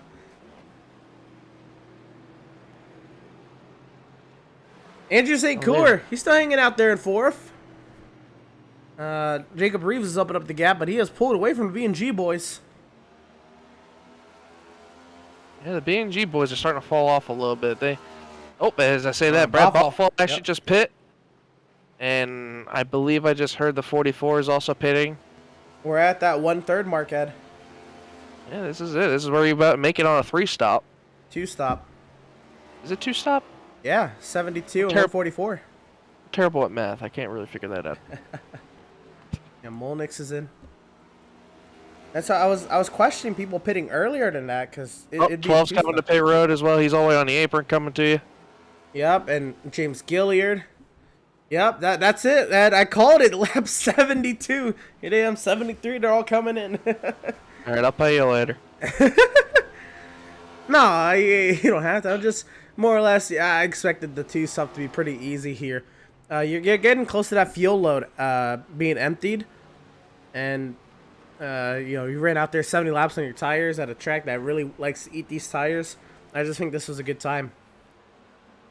I haven't heard anything from our leaders yet. I don't know if they're going to start coming, if maybe these drivers pitting maybe might pull them in. See, Jonathan James is just rounding turn 4 now, and I hope he's going to stay out another lap. Jennings can pit whenever he wants. Yeah, pretty much. He's kind of got that pace right now where he can just do whatever he pleases. 5-second gap to Max, 20 seconds to Jacob. I was going to say. Jacob, I believe, is coming in now. I just heard over radio. As he takes a very high arcing entry. Well, I didn't know if he was pitting or not. He was really high up to turn 3. Yeah, that's a dangerous entry, and as an admin of the series, we don't like that. You can't be. Now, luckily there was no traffic, but you can't be cutting across 4 lanes of traffic in the pit road. I mean, that's some Quinn House stuff right there. That's not cool. And leader's in. So Max Service will take over the lead of this race. I was gonna say it's been intriguing that Jonathan Jennings is at this pace. And he's opened up, 18 seconds over third. But Max Service is only 4 seconds 20, back. Yeah, Max has been holding steady, but he just hasn't had that pace. In between Jennings and the field. Oh, my. Oh, did Jennings speed? Oh, no, never mind. It was just up the tires. Oh, I just about had a heart. Oh, man, that was bad. I saw the tires stop. I'm like, oh, man, did he speed? I think he is all okay. Max Service stays out. He'll get a few laps led. He'll just run out. Why not, right? I mean, what does he have to lose? At this rate, nothing. Everybody who hasn't pitted is Max Service, Matt Rogers, and Adrian Schumacher. Everybody else has come in and pit at least once in this race. I'm pretty sure if Jeremiah this cycles Stutz's out been right. Out there for 30 laps now. Yeah. Yeah, I'm pretty sure if this cycles out right, I think Max is going to be a lap down too. I think. So this would be interesting, to say the least. I wonder if Max is just hoping for somebody to lose it on gold tires, maybe. I'm not sure. And bring out a yellow somehow. I don't know. Maybe cold tires tends to make it slick for some of these drivers. Seth Fitzpatrick getting by Matt Rogers. James Gilliard's just about trying to go after Andrew St. Cyr again. We're having this little 4-way battle here between St. Cyr, Gilliard, Reeves, and Bothwell again. They're a little bit more split this time, but they're starting to run each other down again. Schumacher right here. He hasn't pitted yet. Gilliard might use him as a pick, maybe? Oh, they didn't get enough space out of it.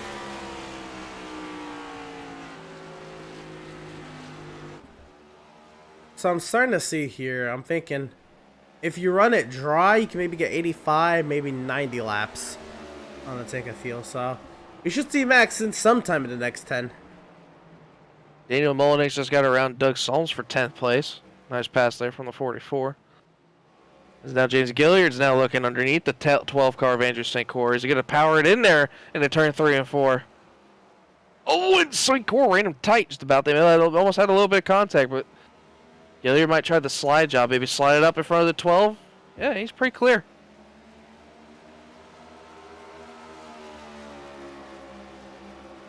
That is that battle done and dusted. And there is Daniel Mullenix. He just got by Doug Solms. And again, I'm still waiting on those 3 cars to pit. Schumacher and 9th, Rogers. Oh, here comes Max. Oh, leader is in.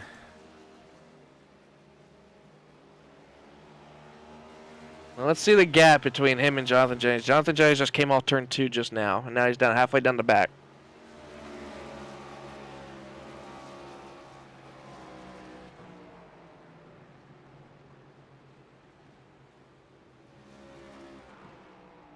Oh, Max slid him in. He overshot the box. He's going to lose some time there. Jennings just took the lead. I mean, he's going to be actually easily going to be half a lap down. And all that. Seth Fitzpatrick's back on the lead lap, too, I'm pretty sure, if I'm reading this right. Fitzpatrick the second. And Max will be racing Gilliard pretty much. He'll come out ahead of Gilliard.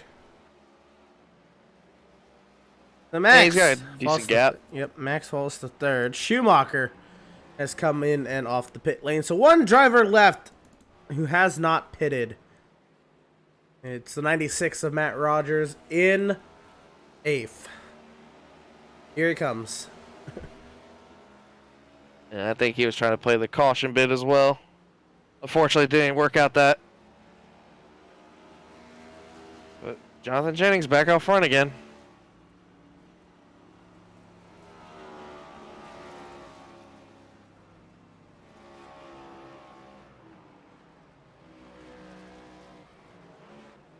Ah, he stepped in the box.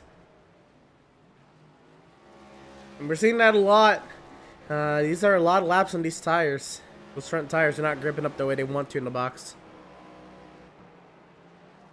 That is the last pit stop of this 30-lap pit cycle. Oh, not even at this point. What are we looking at? Yeah, 37 laps since Jeremiah Stutzman started off the pit cycle.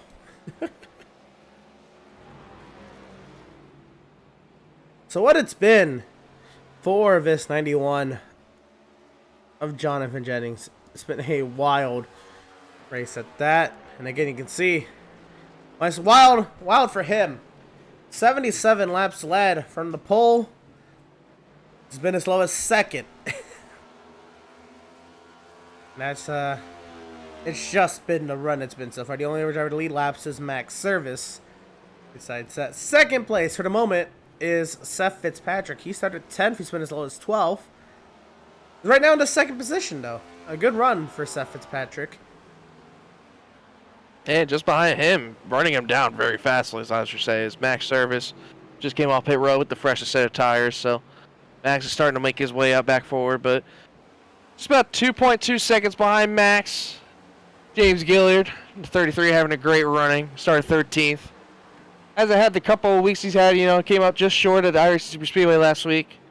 Definitely wants to have a little bit of a redemption week this week, possibly try to get his first checkered flag and get a good win sticker underneath that 33's belt. And then just behind them, how about a great story, as you see a little bit of a battle going on between him and the 22. The 12, Andrew St. Cyr, having a great run. Started 4th, currently running 5th. It's been as high as 3rd and as low as 7th. So he hasn't really fallen too much off, and, definitely has been gaining little by little. But then just behind them, the 22, Jacob Reeves, started 12th, currently 6th.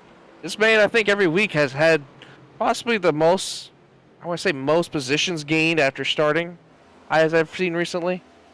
I don't know, we'll have to stat check that, but every time I've seen Jacob Reeves start just about, I don't know, maybe outside of 11th, he's been inside the top 5 to maybe top 8 in about 20 or 30 so laps as he's starting to work underneath the 12 of Andrew St. Cyr to get the 5th position from him. And just behind them, Brad Buffalo, who's the last car on the lead lap, in 7th. Started 6th. Been running mainly around 7th to 8th and 9th all day. Had a decent car in the beginning. Ran Andrew St. Cyr down. Had a little bit of contact. Ever since then, he's been pretty much fighting mid-pack, just about keeping the lap contained.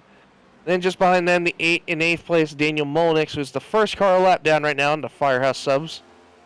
Great paint scheme right there. Started 8th, currently 8th. Was expecting a little bit more out of him today. He was running fastest in practice, had the great lap times, and I thought this week would be the week that he shows he's ready to get the win sticker and get his first Outlaws Sim Series win, but looks like Jonathan Jennings has something else to say about that. But good running so far. Great top 10 run for Daniel Molnix. Just behind them, the Dodge Charger himself, Mr. Doug Solms. Great. In the 67 Moose scheme of the Dodge.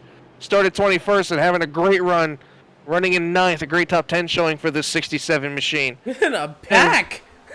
Oh, boy. What we got going on here? And then just behind him in 10th is that Auto Trader Ford Mustang, last week's winner at Irish Speedway, Jeremiah Stutzman, in the top 10, rounding out that top 10.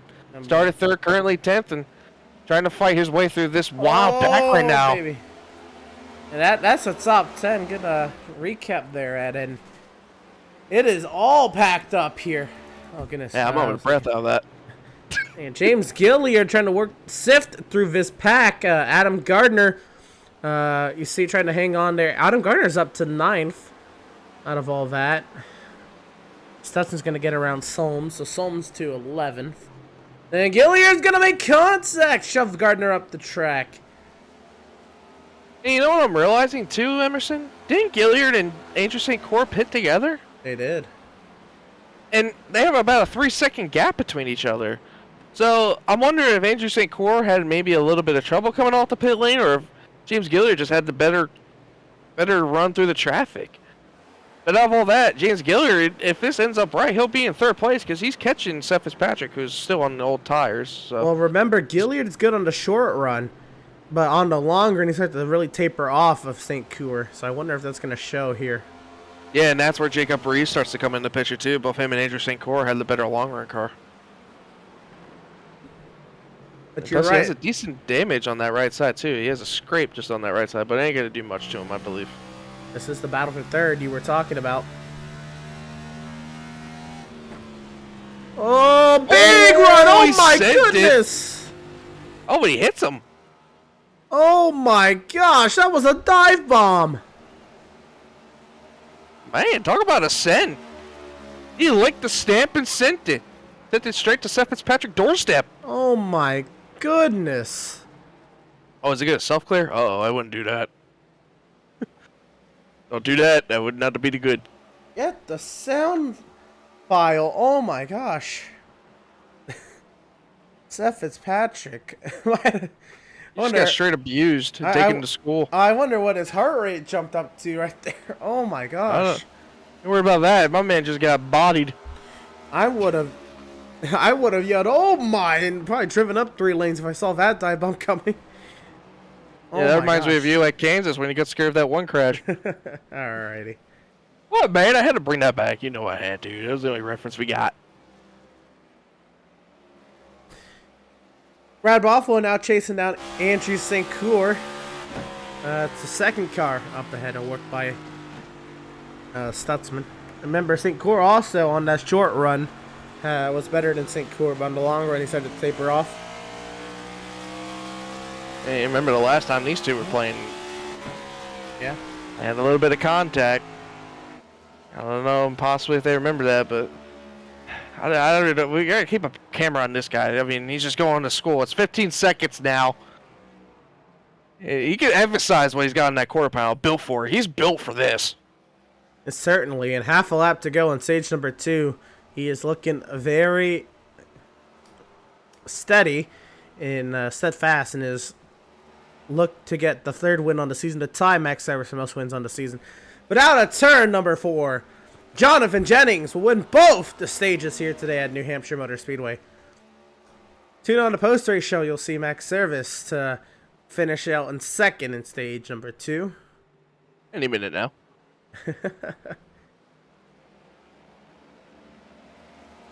And Max Harris will come across the line. He'll be 2nd. Gilliard bodied his way to 3rd over Seth Fitzpatrick 4th.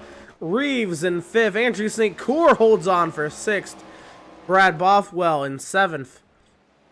And a lap down, Daniel Molnick's 8th. Adam Gardner 9th. And Jeremiah Stutzman to round out the top 10 in stage number 2. You know, I will say, out of all of that, I'm really impressed with how Seth Fitzpatrick's holding on. I mean, he's really on old tires, but he managed to get stage points, which is big. I don't know if he got stage. I don't believe he got stage points in. Actually, no, he did. I think in stage 1, but yeah, he did. After all the trouble and even having the issues on pit road, he's had decent recoveries. Now Jacob Reese is going to take a peek at the inside of the 2.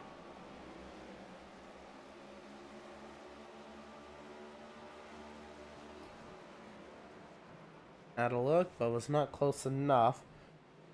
We should see Stutzman begin. Well, if he pits another 55 laps into the run, Stutzman should be coming in about 10 laps time. These boys, Fitzpatrick got loose. Reeves will go right on through. And Brad Balfour starting to run down Andrew St. Croix. He really drove it into turn 1 and 2 right there. Oh my goodness, he about drove it all the way in the fence. Holy cow. I mean, what are these BG boys taking dive bomb lessons? My man sent it into turns 1 and 2. Oh, man. Hey, Ed. Yes, sir. Go ahead and look at the lap time of the leader and the lap time of max service last lap. Alright, so we got that to the... Oh. Well, would you looky there? I think someone is cooking. Well, yeah, that would make sense. He's on fresher tires, too. I know. Gotta remember that. But maybe I mean, I would hope he's faster. I know, but I mean, if he starts cutting down that gap, they still have a lot of laps to they pit. You're right. But I don't know if Max is going to be able to make that kind of charge, knowing how Jonathan Jennings is in traffic. Jonathan Jennings has been getting through this traffic a lot more better than Max, I should say. Bothwell loose, trying to get to the inside of Andrew St. Croix. And Bothwell's about tried everything but hit the fence. Oh, he's got a little bit of a run there. He backs off the center of the corner. I think he's just trying to carry way too much speed into the center and has to back out of it before he loses it. You can see it. He tries it in on entry. Watch him gain it on the center, but he has to back out of it right here. Loses it all on exit.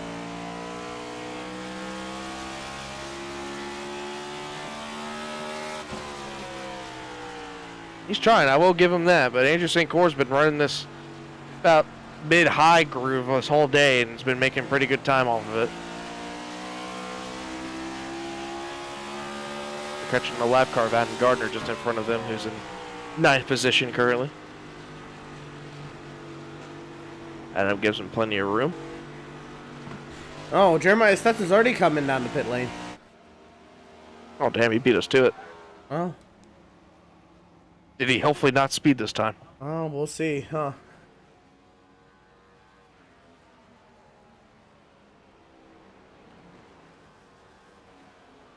To the box. Here goes the right sides. There goes the left sides. Let's see, as soon as his jack drops, he should be able to just go straight out. Yeah, attaboy, he got it. Yay! Let's go, Jeremiah.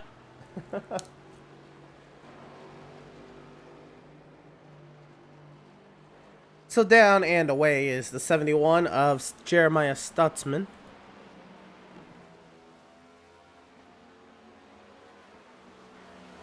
And this is really the closest battle on track. Andrew St. Croix, Brad Bothwell, last cars in the lead lap, duking it out. Max is starting to close down that gap to the leader.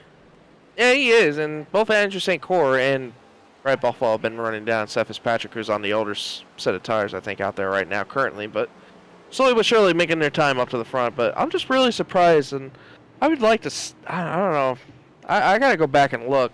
I don't know how Andrew St. Croix lost all that time to James Gilliard when James Gilliard was behind him when they entered pit. Like, it was a lot of time that Andrew St. Croix lost. I don't know if James Gilliard had a better entry or a better exit than Andrew or what happened, but you're talking about him losing about 5 seconds to Gilliard somehow. So in the box, Gilliard was 0.3 quicker. That's about all I can tell. It's just confusing to me. Like, I don't know if you feel that same way. Like, isn't it just weird a little bit? I don't know what happened. It's just odd.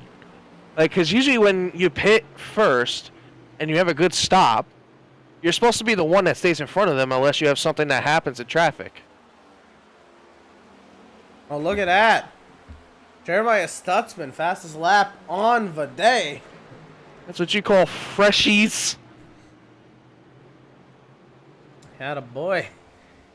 If he can find a way back into this, he might have something. Might have been practice all this whole time. I mean, granted, remember, he is 3 laps down. Part of that is due to a speeding penalty. Oh, okay. Yeah. He's really clicking him off now. Oh, he's really cooking. You know, I will say that Joey Logano, he does have good success here at New Hampshire. I don't know if it's not. I don't think it's rubbing off on Shepherd. You had to bring that up, didn't you? You just had to bring that up. Didn't Joey Logano get taken out by a lap car here before, too? That's Morgan Shepherd. That was Morgan Shepherd? It was. Oh, it's somebody else. Morgan Shepherd. Your favorite. AJ Core started to run down Seth Fitzpatrick for 5th. That's true. And Brad Buffalo's a little bit further back, but it looks like Andrew's starting to do what he did before and starting to pull away from Brad a little bit. This is where Andrew started to, in the run, to get cooking. But then I'm scared because I'm looking further back and I just saw earlier Jonathan Jennings, so it's scaring me more that he's about to put these guys a lap down again. I'm really happy to see the Andrew St. Cyr having this kind of run. I don't know about you, but this is a run he's needed. Definitely deserved and needed. Oh yeah, I agree. Trying to see if he has the. Oh, Doug Summers on pit road. I've seen him. Yep, there he is. That's an eyesore, that purple Dodge. You can spot that thing all the way in Canada at this rate. Speaking of Canada, he's got the moose. I wonder if that's Canadian moose. It is. He is Is from. it Canadian moose? I forget which town, but he is from Ontario. I'm so happy now. Never told you he was Canadian? No, you never told me that. You don't tell me a lot of things. I have to go to our group production for this. You don't tell me this. That's why Nicole in the production meetings tells me everything. Who's Nicole? I don't know. Did we hire somebody Nicole yet? No? Okay. I think you've been going to the wrong production meetings. It wasn't the door on the right? No? Okay. Andrew St. Cyr still sizing up Seth Fitzpatrick. He does have his gap over Brad Buffalo now that he can't have a go at the 2 car. That really stacks him up on the entry. Buffalo trying to roll that center, and uh-oh, here comes fresh cheese of Jeremiah Stutzman right on through. You could say the second uh-oh, because look who's just behind them again, yeah, too. The leader, I know, he's there. Time to set the panic button, man. Time to get going. I don't think they're panicking at this one. I think it's delaying the inevitable if they panic. You're right. See Joey Logano going past Andrew St. Cyr right there. Yes, that's Joey Logano in the car, not Jeremiah. Max has really been taking stabs out of Jennings' lead. Yeah, I wonder if this traffic in front of him has had anything to do with it, because you're right, it's down to 14 seconds. Or not 12, and what is wrong with my sheet? Hold on a second. My sheet's telling me 14. Why is yours saying 12? Is yours saying 14? No, it's 12. 12.8, 12.7 and dropping. Huh. 12.6. Gonna need to get Nicole on that. Anyway, Jonathan Jennings. Just put Brad Buffalo lap down. Yeah, he's looking at gonna lap into the top 5 here. Oh, he's just gonna send it, huh? Oh, he's sending it. Oh, he's dear. gonna restrict his entry. Yeah, this is gonna hold him up a little bit. Max Rivers just came off of turn 2 just now. There's about a half a straightaway behind each other. You know what? That's Max's stepdad right there. What if he's why does this feel like a Star Wars movie about to happen? I wonder if he's trying to help Max out a little bit. Look at that, 11.7. I wonder if Brad Buffalo's gonna fight to try to get his lap back, possibly. That's huge. Max gained about a second. Yeah, Max ran a 31.4 to Jonathan Jennings' 32 flat. Oh my goodness. Gained 0.6 out of that. This is really huge, and Max just got into turn 3 just now. And he's picking him off little by little.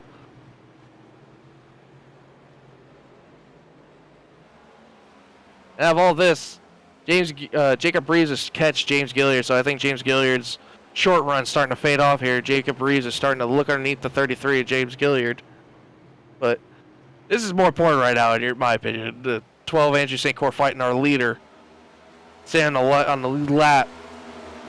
And it looks like Andrew's not fighting, or Andrew's not giving it up. No. Max is starting to close this thing more and more as this keeps fighting. Oh yeah. I think when is the time to give up for Jonathan Jennings? Oh, Andrew just gave it up. Well, it was the other way around. Yeah. I don't know if his intent was to hold up Jennings. I think he just wanted to hold on to the lead lap as long as he could. Yeah, but doing that opened the door for Brad Buffalo now. But now Jonathan Jennings is going to try underneath Seth Fitzpatrick. Well, these are teammates, so this shouldn't be too hard. Or is it? Oh, yep, you're right. It looked like it. I thought Seth was going to fight him out on the outside. Here's that battle you were talking about. And now Gilliard under attack from Stutzman, so... Man, Jacob Reeves, I'm really impressed with how kind of a run he's had today. And James Gilliard, like you said, had the short run speed. Just when it comes to that middle to long run stretch, it's just not there for him. You could tell from the times. Jacob Reeves, that last ran about a 10th and a half faster than Gilliard that last lap.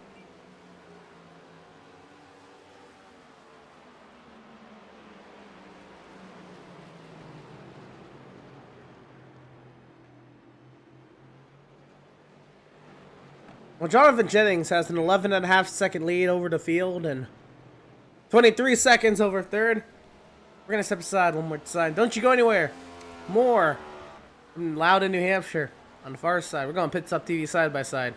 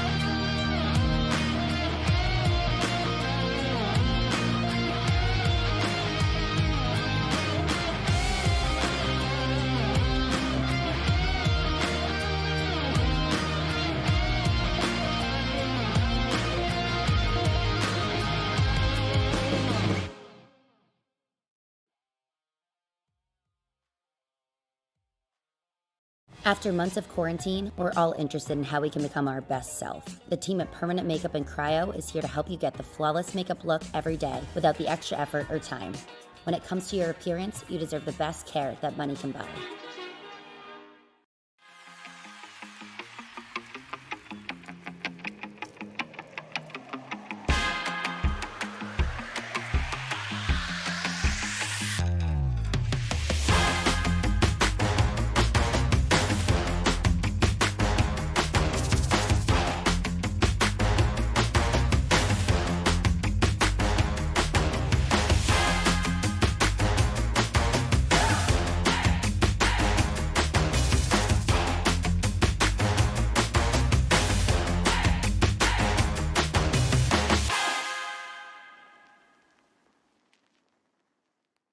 Have you found yourself trying to hide your joy because you're unhappy with your teeth? Your smile is the first feature noticed in an interview, on a date, or in family photos. We want you to be able to shine bright as your best self, and our teeth whitening system is the perfect step toward restoring your confidence.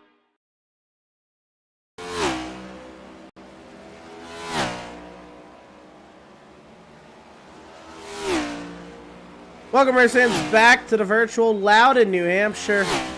I am Emerson Arndt alongside Ed Shearer is alongside. Wow, we're working on it. I'm here. It's been a clean one so far. Certainly, we ran 128 laps, or 127 complete of 215. It's been all Jonathan Jennings. It's been a good race, clean race, as we like to see here, Loudon, New Hampshire. I know a lot of leagues struggle with cautions at Loudon, but the Outlaws Sim Series, this is one that the Outlaws, they can handle. These boys, they know how to drive these. Is it appropriate to call these things high horsepower stock cars again? 675? Yeah, you might as well. You know, it's about there. The only thing I would say is maybe 3/4 tier, but I don't know. I think it's high horsepower classified.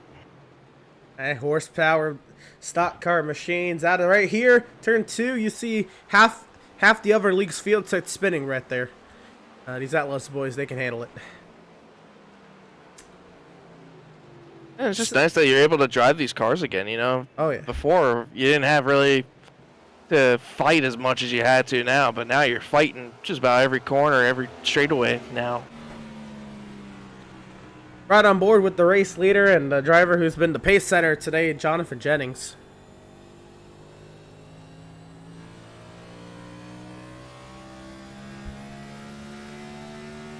We'll see his cap to max service in the bottom right.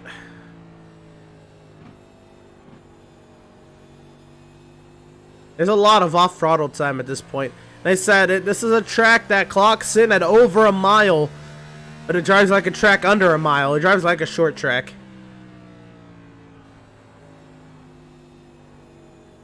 It drives more wicked than anything, you know. I called this the bigger Martinsville, and you could kind of see the resemblance just about, except you have to use different grooves.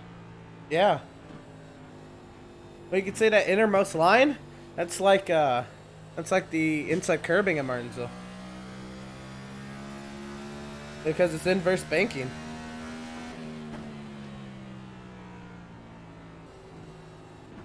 And that's something a lot of people don't really mention here. The New Hampshire Motor Speedway has about, what, 7-9 degrees of banking in the corners? But that innermost lane, it's banked the other way. It's banked inside out. The innermost banking, I think, is like 5 degrees up. And so it's almost like a curb at a road course. That's the last thing you need to add here is a curb. Wow. So you see a lot of drivers just staying off of it because it's more banked than a curb. It's like a monster curb. It's like an anti-cut curb more than anything. You'll see drivers really avoid that innermost line. Again, just watch. This is left side tires under that seam, but not much more than that. Using it like a road course curb. Yeah, you can go even lower than that if you had to. Well, you can, but that's where you start to get into what I'm talking about, the inverse banking. That kind of throws the car back the other way. Yeah, I remember back in you should remember it too. Back in the day where they used to drive down there, and it was just straight and fine. Well, you can, especially if your car is really tight and you just need to get that baby to turn. You can drive on the apron if you have to. You can drive on the apron. Yeah, remember when they called that the Jimmy Johnson line at one point? No. That's where Jimmy used to run it down there. Yeah. Oh yeah, Jimmy. He got 3 or 4 wins here. Yeah, Jimmy used to. I remember the one time I was here, somebody told me they called that the Jimmy line because Jimmy used to run down there all the way, like past where that pit exit cone was. He would run all the way down there, and that little bit of, I don't know what you would call that at some point, just pavement. There's like a little strip of pavement that's down there that he got his left front just about in that made him rotate better off the corner. It was. So we're about to hit this second round of pit stops. For what it's worth, people have been experimenting with lines here for ages. You're running it more like a diamond, and Jimmy ran kind of like an extreme diamond. He would drive it in hard, let it right up to that middle line, and then swing it down off exit. And that's how you'd run down there. That'd be that Jimmy Johnson line, the way he straight lines the exit. He'll straight line the exit. He'll run over the apron on exit, and that's what you're talking about when you're talking about that Jimmy Johnson line. Kind of a diamond, an extreme diamond you would see at Bristol. Imagine Bristol running that line and then hitting the apron on corner exit. That's pretty much what it's like. And Jonathan's running more of what I've seen from traditional NASCAR drivers now, where they're running just about above that little strip. That's that first strip, just about. And 1 and 2, and then 3 and 4, he runs just about the same thing, maybe even a little higher. You know, when I came here as a kid, like about, I don't know, years and years ago, you know, the one time I came here, they had the car tomorrow, and those things, they were just unreal here. I don't know what it was, but the racing, it was just nuts. You could run the bottom and make passes on the guy up on the top, and that top wouldn't be able to fight back. And it was just special to see, just because of how high horsepower they had. You know, they had those big spoilers in the back, and the just the way the car can move any corner. It was just awesome to see. And unfortunately, the one race I went to, it was rained out because they had the lightning strikes, and Kurt Busch was able to win that race when he was driving the 2. But that brought back this brings back a lot of memories. You know, I had such great times in New Hampshire. I used to go here so much. Now I go to Dover more than anything. But this track brings a lot of memories for me. This is a good track. I quite enjoy this track. I think it's underrated on the NASCAR schedule. I think people don't give it the respect I think it deserves. Plus, driving on iRacing has been a blast. I won an NAS here last year. It's my only NAS win, and it was here at New Hampshire. I led all but like 20 laps, and it was a fun race. This is a fun track to drive. It was those Gen 6 cars for sure. But remember, this track, they had the 725 horsepower package, so there was more horsepower in the Gen 6 cars here than these cars. So that was more power, and I loved sliding the car around, but having to really finesse the throttle. It wasn't a 550 package. The 725 package, that was a handful. Little spoiler, high horsepower, slipping and sliding. Everybody else would be spinning out of turn 2, and I was having a blast, just barely blipping the throttle through there, just getting onto the straightaway and driving by everybody else. Good time. Oh yeah, I remember that. It was very slick. You had so much throttle control in your hand, but I don't see these guys having that much kind of throttle control. You know, it might be just really heavy braking on the entry and maybe just about, I don't know, 50-60% throttle on exit, and they could get back to the throttle pretty easily on the straightaway with these things. But back then, you had to seriously take it easy on the gas. Absolutely. And, I mean, it got a little easier. Did they run the 550 package here any year? I can't remember. I know they did. I know they ran the 725 the last 2 years. Oh, was that? I thought it was the second year that they ran the 5. I don't know when they ran the 550 here. If they did. You can correct me if I'm wrong. Not sure. People, more or less people out in the chat, y'all can correct me if I'm wrong. If y'all know what year they ran the 550 package here. I'm pulling up the chat now. I don't see really anybody out there commenting. But if you are out there watching, tell us who you're rooting for. Oh, somebody, Matt at Zach, out there rooting for Adrian Schumacher. He's still out here. He's running 11th. There he is. That beautiful blue and Red Bull scheme. That low key might be one of my favorite Adrian schemes I've seen, and I've seen a bunch of Adrian schemes. That's a good one. Oh yeah. I'm just not happy that he's not running the Honda.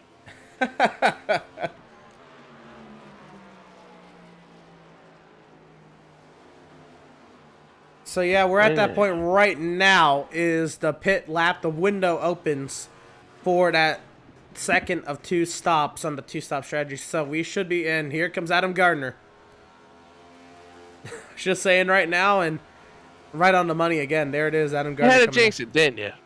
Jinx it? No, 144. I said 72 and 144 earlier. Was it? Yeah. I'm just watching Andrew say Corey. He's starting to slowly but surely reel back in Seth Fitzpatrick, trying to get him for 5th. But he's got Brad Balfout with him too. But that battle won't go away, huh? That's it's been pretty neutral. I don't think either one of the. Oh, Brad just about had a moment. He almost lost it off the corner exit.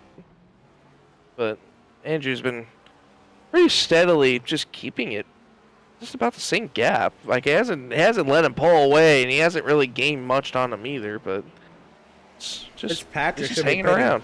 Soon, Fitzpatrick and Bothwell should be some of the next drivers to pit. But I think Seth was like really early last time too. Right, this is 80 laps now. At Seth Fitzpatrick, so Seth Fitzpatrick can only run like 3, 4, 5 more laps max. Look at this, Max Service is getting ready to put a lap on these guys. This is some crazy pace. Insane what kind of pace Jonathan Jennings has brought here this week. Absolutely. I mean, we didn't really talk about much of him possibly being a winner here because, you know, we looked at like, I don't know, what would you say, Max Service. Yeah. Yeah.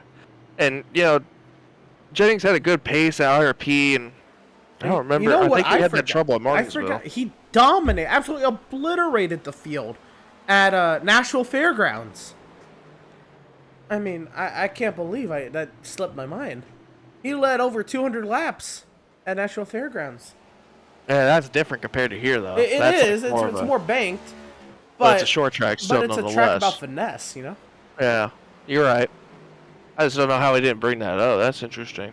I didn't. It slipped my mind more than anything. But not to say that you should ever count on Jonathan Jennings. He's a favorite every week. There's a reason why he's going to be second in points.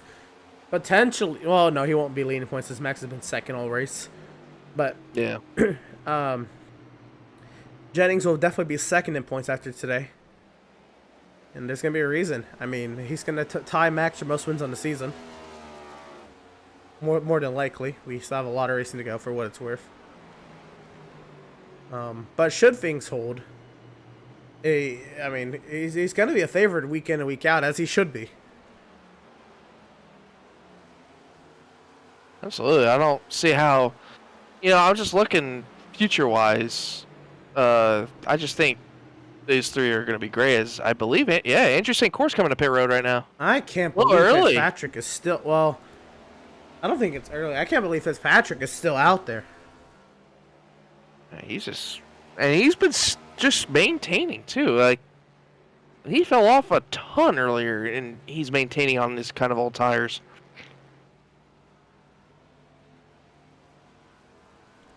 So right here for Andrew St. Court, this is going to be 65 laps left to go. Yep, and doing that, Brad Bothwell's coming in right now. Who's just behind him? Matt Rogers also comes in. Remember, Matt Rogers stayed out last time. Last car to pit last time.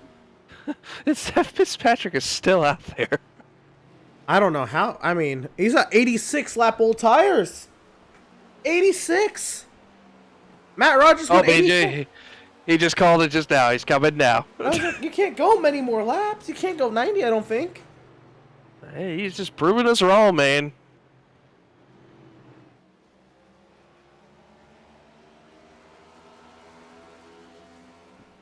All falls down the way. Oh, Jonathan Jennings is in. Yep, there he is. How did I miss that? Max Service takes the lead. How long do you think Max goes out there for a while? I mean, he did pit later than everything. Oh, he just blocked Andrew St. Court a little bit down the back straightaway. I don't know if that was for fun or not. Jennings down and away. If I'm Max, I kind of have to play this, like I did last time. No, I mean, wouldn't you do that the same in your? If you were in Max's position, what would you do? The same thing you did last time? I'm in Max's position. I'm going as long as I can and hoping for a yellow. I think that's all he can do. That's all he should do, really. Just go out there, run as many laps, run it dry. Oh, I think he's coming now. He's a little bit slower off the pace than he was before. Yep, here he comes. I don't know how this one's gonna... I mean, I don't know what Max is feeling. I don't know if he just feels there's no opportunity for him to make up that time, so he has to more or less just sit and maintain what he's got, which is fair. We watch Max trudge down the pit lane. We still have Reeves, Gilliard, Molnick's out there, Schumacher, and yeah, those are everybody else that's running. Here comes Gilliard. And Gilliard's in.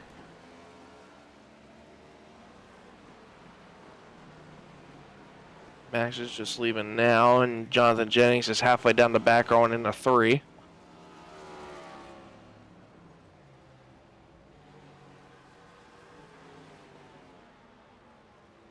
The Reeves and Molnix, I believe, are the last couple, right? I believe they haven't pitted yet. Reeves and Schumacher. Yeah, Molnix, you're right.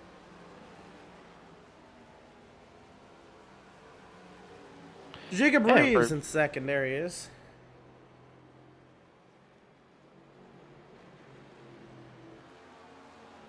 Pretty interesting. AJ Schumacher 2 laps down. He's still running the top 10. I know the pit cycle hasn't fully gone out yet, but it's still a good run. I mean, that just shows, you can be a certain amount of laps down and still have a decent day. Similar to Rockingham. And Max would finish almost 2 laps down, and he finished on the podium. Oh yeah, I forgot about that. That was the one Nicholas Shelton one, right? I'm pretty Nicholas sure. Shelton came in and showed us why he's an NASCAR Coca-Cola iRacing Series driver. Oh yes, he did.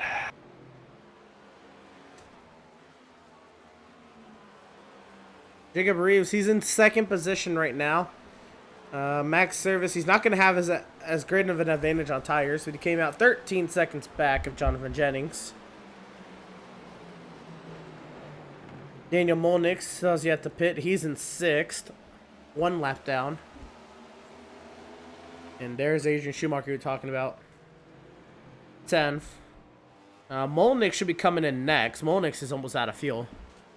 Molnick, he's only got a couple more laps in that bad boy.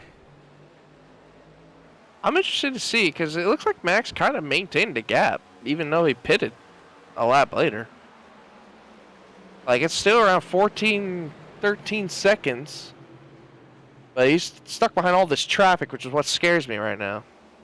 Oh, baby, you got close there. And Reeves comes in. There's a 22. They should put Andrew St. Cyr in the 3rd. Yeah, it will.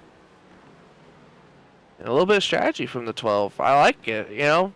He couldn't maintain that much gap the last run, so why not be one of those first ones to come in and pit? Do something different. He's going to have a large gap on her. He's just coming off the pit lane now. It's a cone now. And James Gilliard's fighting Seth Fitzpatrick right now for position right in front of Max. I don't know how Max is going to think about this. There's Molnick. Schumacher should be coming in about... Schumacher has to come in the next 10 laps.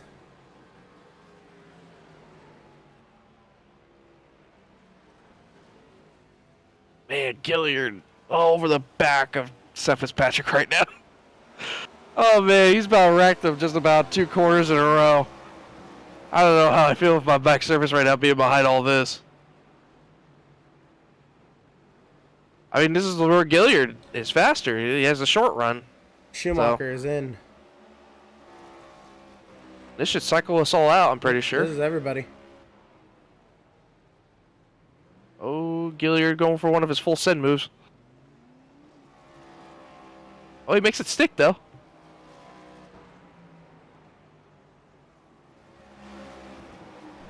They're going to be side by side going into turns 1 and 2. Max is going to go all the way up to the 3rd lane to try to get around these two. And that is everybody. That should be everybody's final stop of the day. Unless we get one of those magic yellow thingies. I like one of those yellow thingies.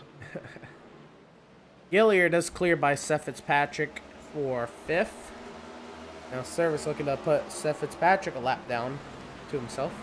Max is running really, really fast lap times right now. Like I think this is the fastest he's ran all day. Like he's cutting the gap down. Sure, yeah.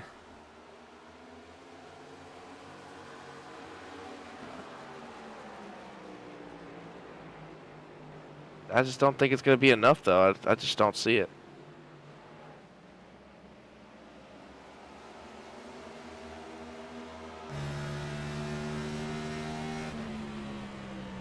Hey, he's about running a 10th to a 10th and a half faster a lap.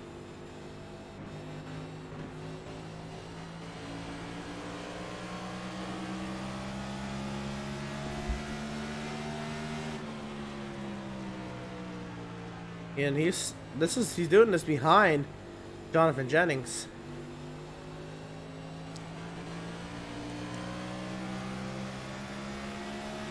This time by, what was that lap? Wow, 3/10 faster. I mean, he's got something early here. I don't think he has the laps to do anything about it, but he's got something. He just can't get by the 2 car either. No, that's another thing, but it still doesn't matter, really. He's still cutting the gap, even behind Seth Fitzpatrick. And that last time, Jonathan ran a 5.54, Max ran a 1.70. Oh, Stutzman's in for his 3rd stop.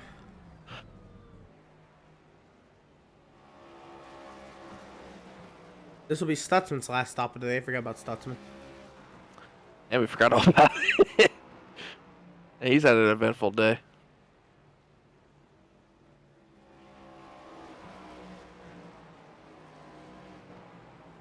Now that should be everybody's last stop. I'm trying to go through see if there's any other battles going on. The only one I got is Jacob Reeves and James Gilliard in between max service.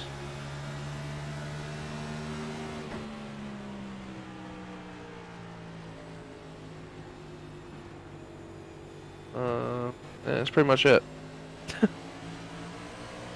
You get to see we're on with the gyro cam, and it moves with the banking here, which isn't much.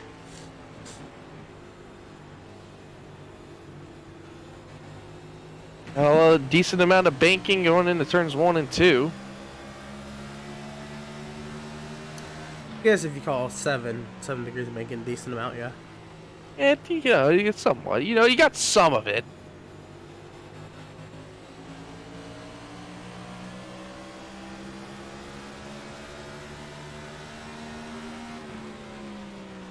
As soon as I go back to looking at Jonathan James times, now he's starting to run faster than max service. Yeah. I think it took a little wake-up call.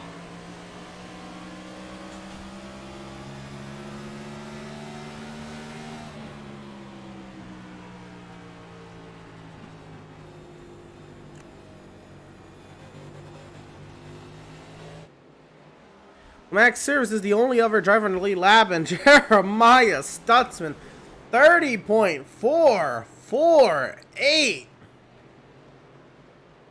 Bet he wishes this was F1 at this point where he got a point for fastest lap.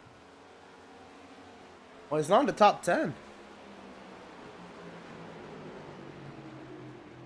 Well, he needs a lap and to pass Adam Gardner. In F1, you have to finish in the top 10 to get that one bonus point for the fastest lap. Oh yeah, I forgot about that.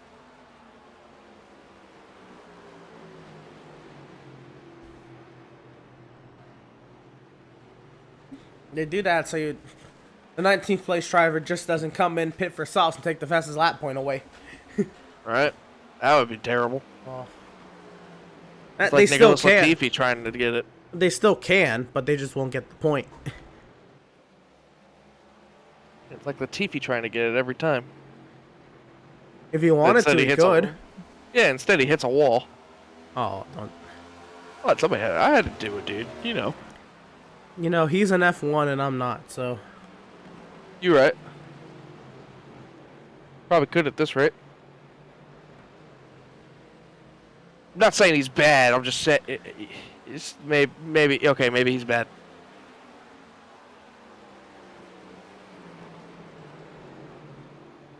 I do want to mention, it is kind of important with this track, being an SMI track, but I do want to, of course, shout out the Smith family, give our condolences to the Speedway Motorsports founder who passed away today. And this was one of their tracks that SMI owned. And yeah, Bruton Smith, he did a lot for the sport of NASCAR and for these tracks, and I'm sure Speedway Motorsports will carry on Bruton Smith's legacy very well.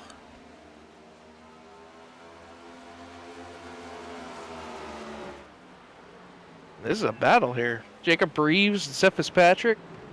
This would be for 6th. As Jacob Reeves sends it in there. He clears him. Move Reeves up to 6th.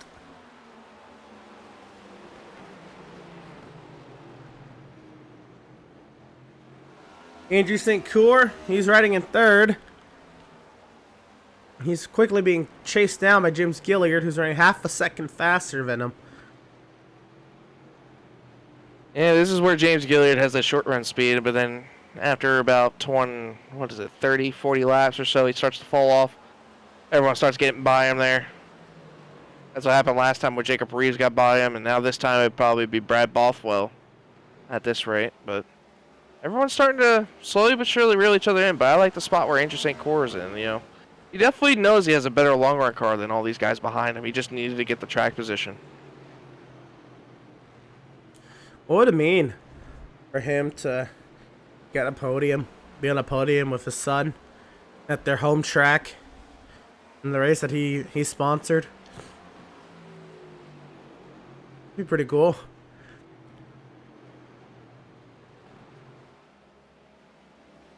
Great run it would be for him. Absolutely. I Down mean, 15th in points. yeah, that was what I was about to say. You know, needing the points, especially when we're getting closer and closer every race. You know, every race is going to matter here on out sooner or later.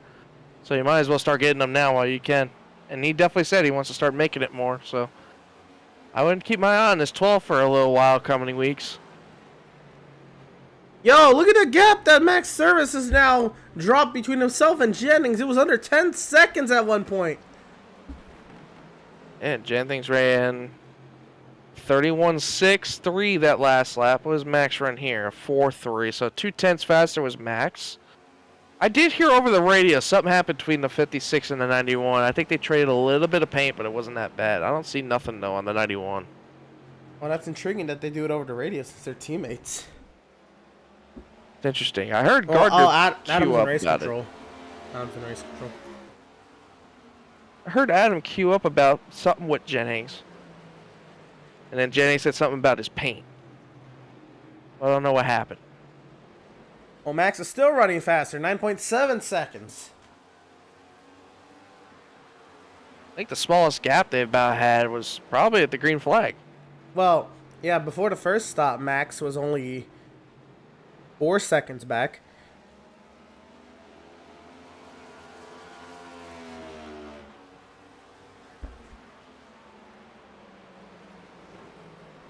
Time, you know. Coming to about Here's a battle. There's 40 Sussman at the laps to 10th. go. Oh, yeah, there you go. All right, now the fastest lap will count.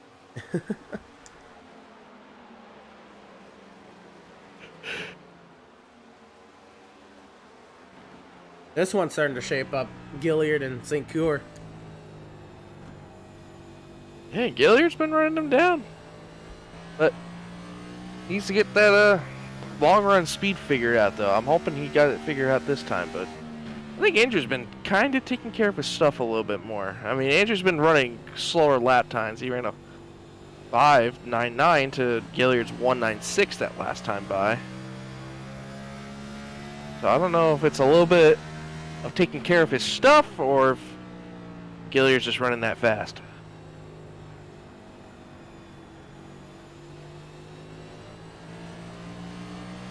Reeves got by Bothwell for 5th.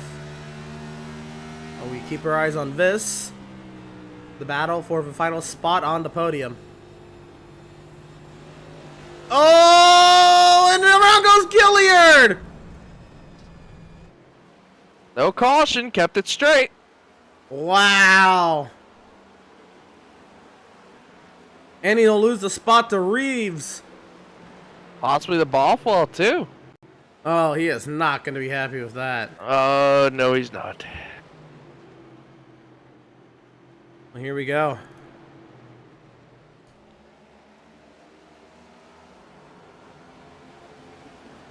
I'll get this overhead shot. St. Coeur. He drives it in deep. St. Coeur's committing to the diamond. And Gilliard just drives into the line that St. Coeur's going for. That's a racing incident. You know what that reminds me of right there? And I don't know if you'll remember about. You remember, what was it, a couple years ago? Clint Boyer, Jimmy Johnson had that kind of moment. Jimmy dove it in, and then Clint just kind of came down and just didn't know that Jimmy was there. You know what I'm talking about? That kind of looked like that moment. It was like off of turns 2. Boyer was starting to ease down the track, but Jimmy was driving it in deeper and on exit. Jimmy got to his quarter panel, but Boyer just kept driving down and down and down more to the point to where he got Jimmy in the front and basically Jimmy spun out. That kind of looked like that kind of moment right there. Huh. Well, that changes the whole outlook in the battle for 3rd. With that, I want to give a shout out to our partners here at Pit Stop TV. Pit Stop TV broadcast, of course, brought to you by Permanent Makeup and Cryo in Maine. You deserve the best care that money can buy. Whiplash Media Sim Cams, the official graphic and camera provider of Pit Stop TV, and you can check out Whiplash Media Sim Cams at www.pitstoptv.com/whiplash. BAM Racing Videos by a race fan for the racing community, and Sim Wrap Market. Go to simwrapmarket.com to check out some base paint schemes. What they do, they make base paint schemes that anyone can use. And say you want to make a custom car on iRacing, but you just either don't have the time or don't have, I guess, the skills to paint a car or the tools to paint a car. Go to SimWrap Market. They can hook you up with a base paint, and if you have logos you want to put on it, you can do that. You just buy the base paint from them, and you can make the car yours from there. It's a great idea that they have going on at SimWrap Market, and you can check them out again at simwrapmarket.com. Those have been the new ads you've been seeing on these Pit Stop TV broadcasts. So again, if you want a new look to your car, but you're not really an iRacing painter, you're not into iRacing painting, or you don't know an iRacing painter, check out SimWrap Market, see what base schemes they have, and see what you can do with them.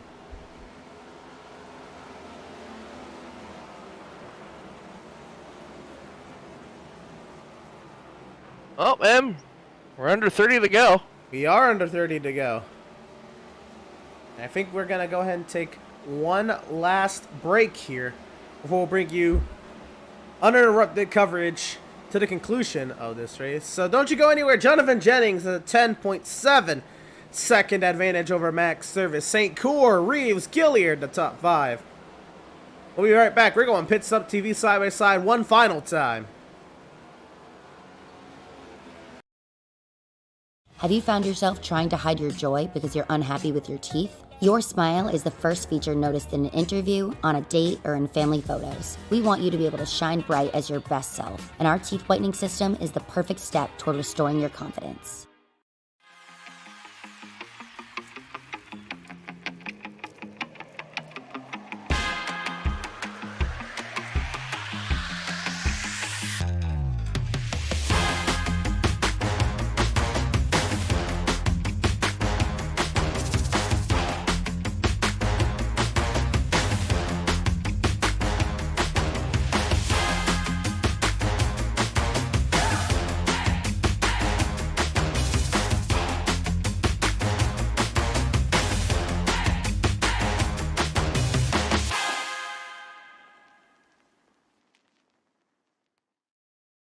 After months of quarantine, we're all interested in how we can become our best self. The team at Permanent Makeup and Cryo is here to help you get the flawless makeup look every day without the extra effort or time.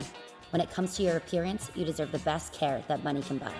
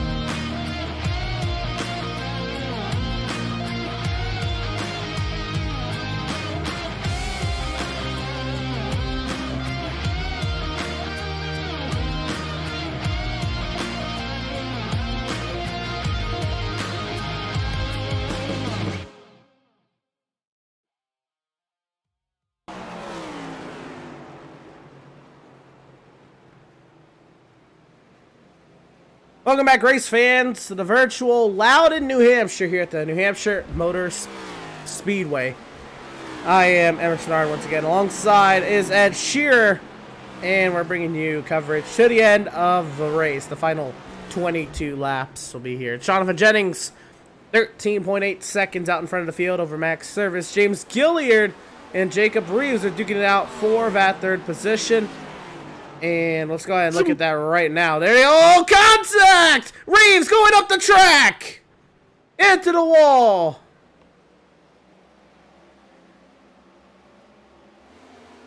Oh, boy, oh, boy, oh, boy.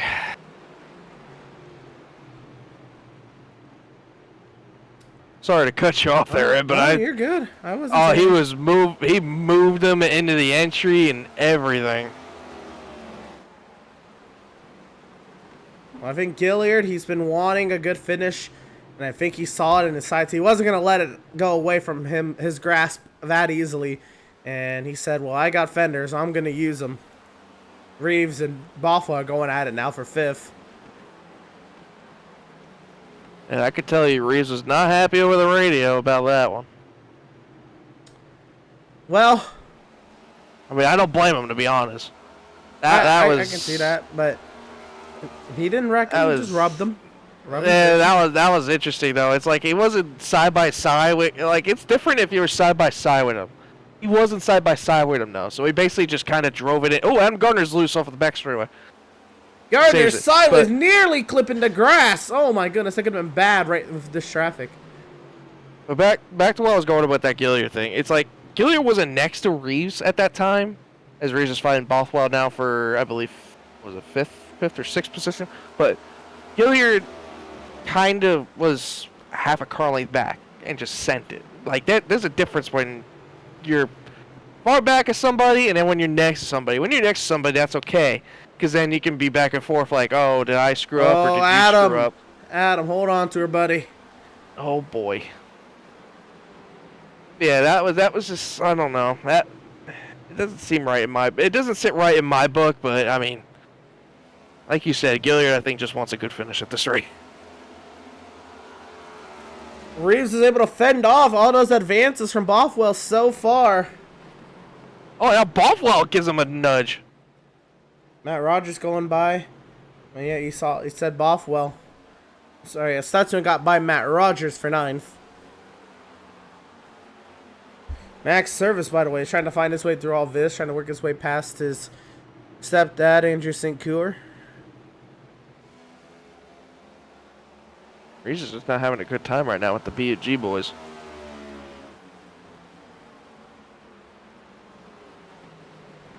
Oh, contact!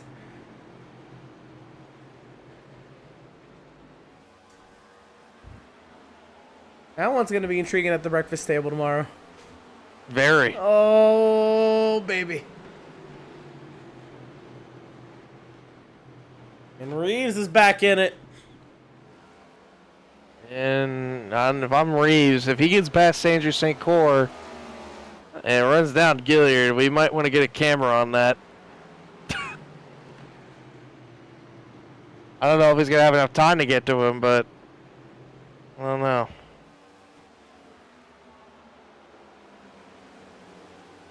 Hey, look who's back in the picture, too. Look at the 2. The 2's behind the 31 there, too. So Fitzpatrick's trying all he can now to get into this fight. Look at Fitzpatrick getting himself back into it. There it is. This is 4 cars under a blanket. They're all lapped down. They're all battling for position. And Reeves to the inside of St. Coeur. Looks like Reeves is going to take it. Now this is going to be interesting. Can Jacob Reeves run down James Gilliard? I really want to see it. I really do. Now Bothwell clears him. Wow. Oh, Reeves in the wall! St. Coeur's going to work his way back on by Jacob Reeves. Oh, no. Oh, Reeves puts the power down 3 wide!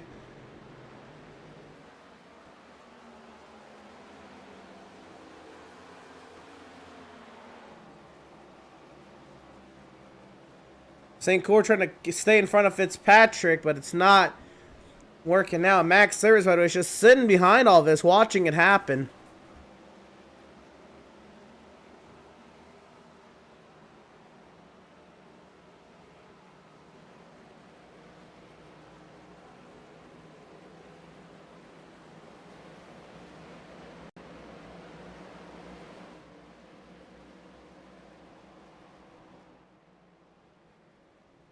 Everybody starts to settle it out. It's Bothwell to 4th, Reeves 5th, Fitzpatrick 6th, and St. Coeur. What has happened to his race? He went from the podium to 7th.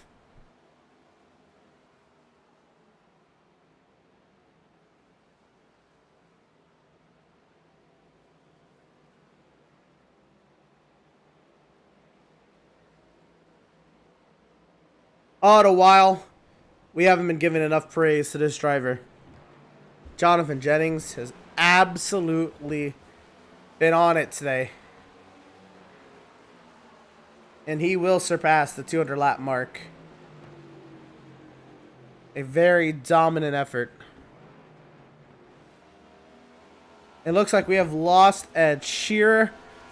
So that's alright. We will take this one to the finish. Only 10 more laps or 11 more laps to go in this race. And again, Jonathan Jennings, what a phenomenal drive it's been for him. He has, again, started on pole. And he's just gapped everybody. He's been the fastest man on track, consistently faster.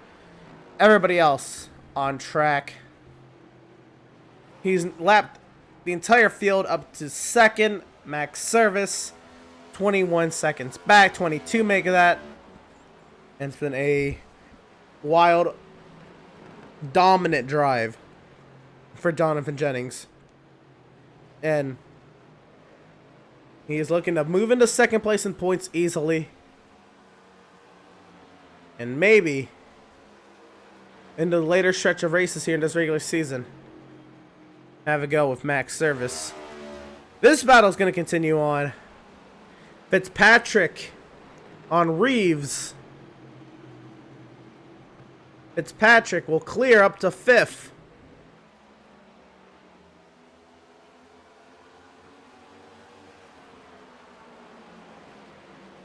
James Gilliard, he has scampered away. He's up in 5 seconds to that battle behind.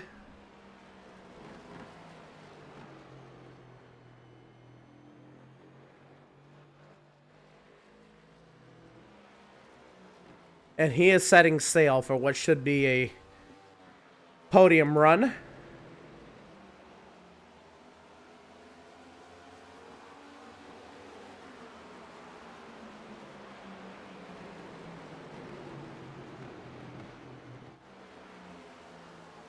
This time by 7 laps to go for Jonathan Jennings and the field to finally be done with this race. It's been a good race so far. A clean one, I should say. 4 lead changes, no yellows. The weather today so far, well, the track temperature dropped down to 82 degrees Fahrenheit. It's dropped 8 degrees since the start of the race. The winds fairly calm still, 2.5 miles an hour out of the northeast. The air temp saying at 71 degrees Fahrenheit.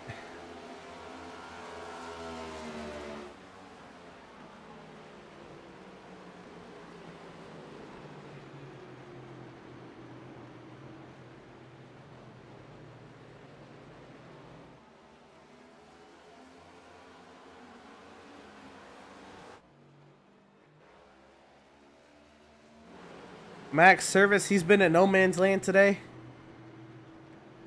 He's looking to just hold on to a lead lap finish at this point.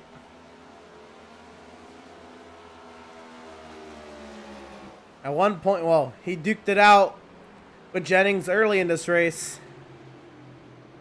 Max, he led 9 laps today.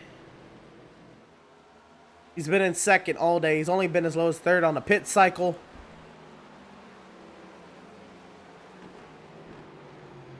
Good points today for Max Service. He'll open up his lead over second in points, Seth Berger, as Jennings will take second. And Max playing kind to his stepdad in front of him, just trying to finish the race.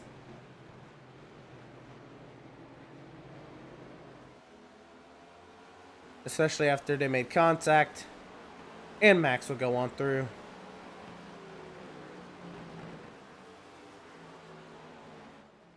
But it's been all about this driver. A driver who dominated at the Nashville Fairgrounds earlier this season. And dominated the next week. He has led a boatload of laps this season. And everybody at Last Chance Racing with the 91 They've built fast cars. He won Auto Club early in the season. Then dominated at the National Fairgrounds. And it's been a minute. But I should. The writing was on the walls coming into today's race. And with 2 laps to go, Jonathan Jennings has swept the stages, led over 200 laps, and is looking very pretty en route to a 3rd victory on the season to tie him for most wins on the season. Yes, he is. And here he comes out of turns 3 and 4. Coming your way to take the checkered flag. It'll be the white flag. Presented by Whiplash Media Sim Cams. 1 lap to go from the magic mile. And again, Jennings, he hasn't put a foot wrong all day. And he's looking to have a 23+ second margin of victory. He's lapped everybody but the point leader. And after getting past turn 3 and 4. Yep, now he is. Jonathan Jennings. He's going to tie Max Service and get his 3rd win on the season.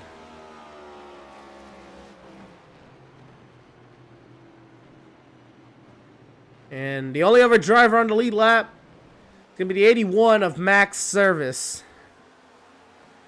The battles on this track, they've been sorted. James Gilliard will end up on the podium. Bothwell 4th, Fitzpatrick 5th, and Max Service will finish in 2nd. What a drive for the 91 of Jonathan Jennings. Well deserved to lead over 200 laps. He led 206 laps tonight.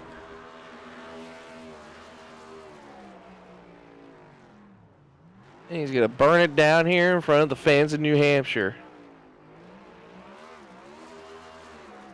Rightfully so, Jonathan Jennings dominated, swept the stages, and won the Cape Breton 215. I'll go for a little long donut, long burn on the front straightaway, and I'll put it in the wall. Yeah, a little bit of beef going on pit road. Oh, man. Jacob Reeves and James Gilliard. I called it. It'll be intriguing to see if we can get both of their sides to the story in this one. Jonathan just Yep, he just killed the blow motor. the engine. Well, we'll go ahead and bring him on up. Driver of the 91, Jonathan Jennings. You led 206 laps tonight. Reminiscent to your dominant run at the Nashville Fairgrounds. Jonathan Jennings tying yourself now for most wins on the season. How's it feel? It feels good. I wasn't sure how I would run. Kind of found something late last night and wasn't able to test like I wanted, but it worked out.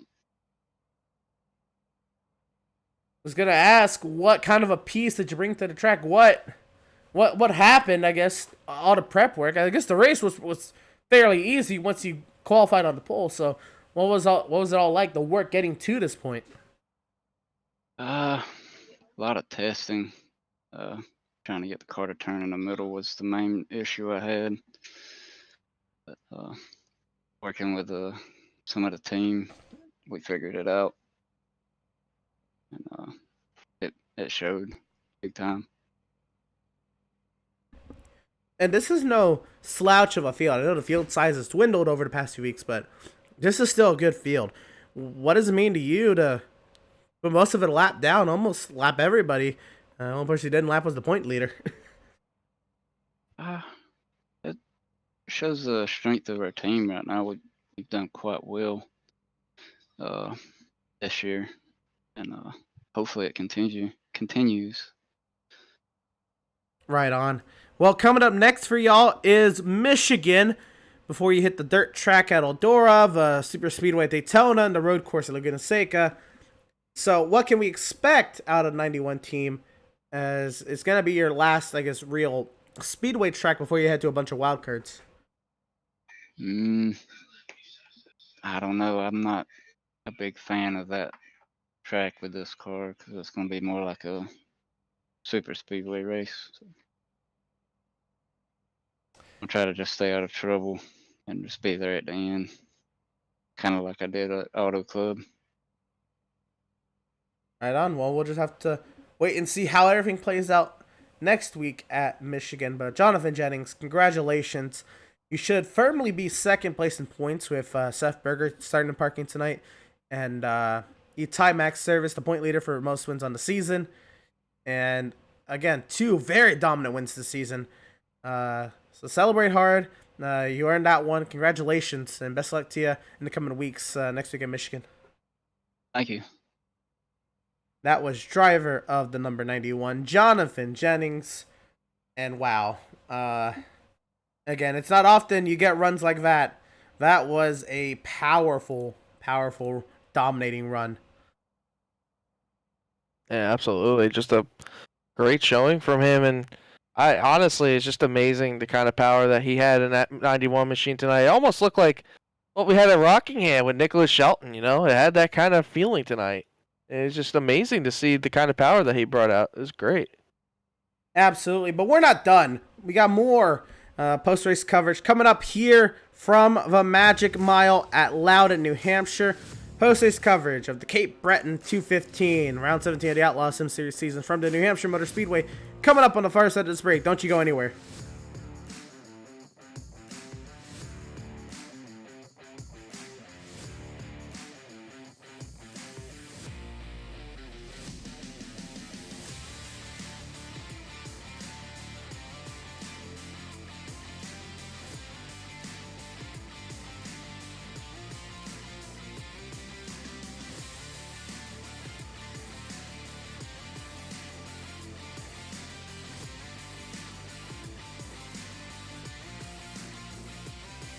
After months of quarantine, we're all interested in how we can become our best self. The team at Permanent Makeup and Cryo is here to help you get the flawless makeup look every day without the extra effort or time. When it comes to your appearance, you deserve the best care that money can buy.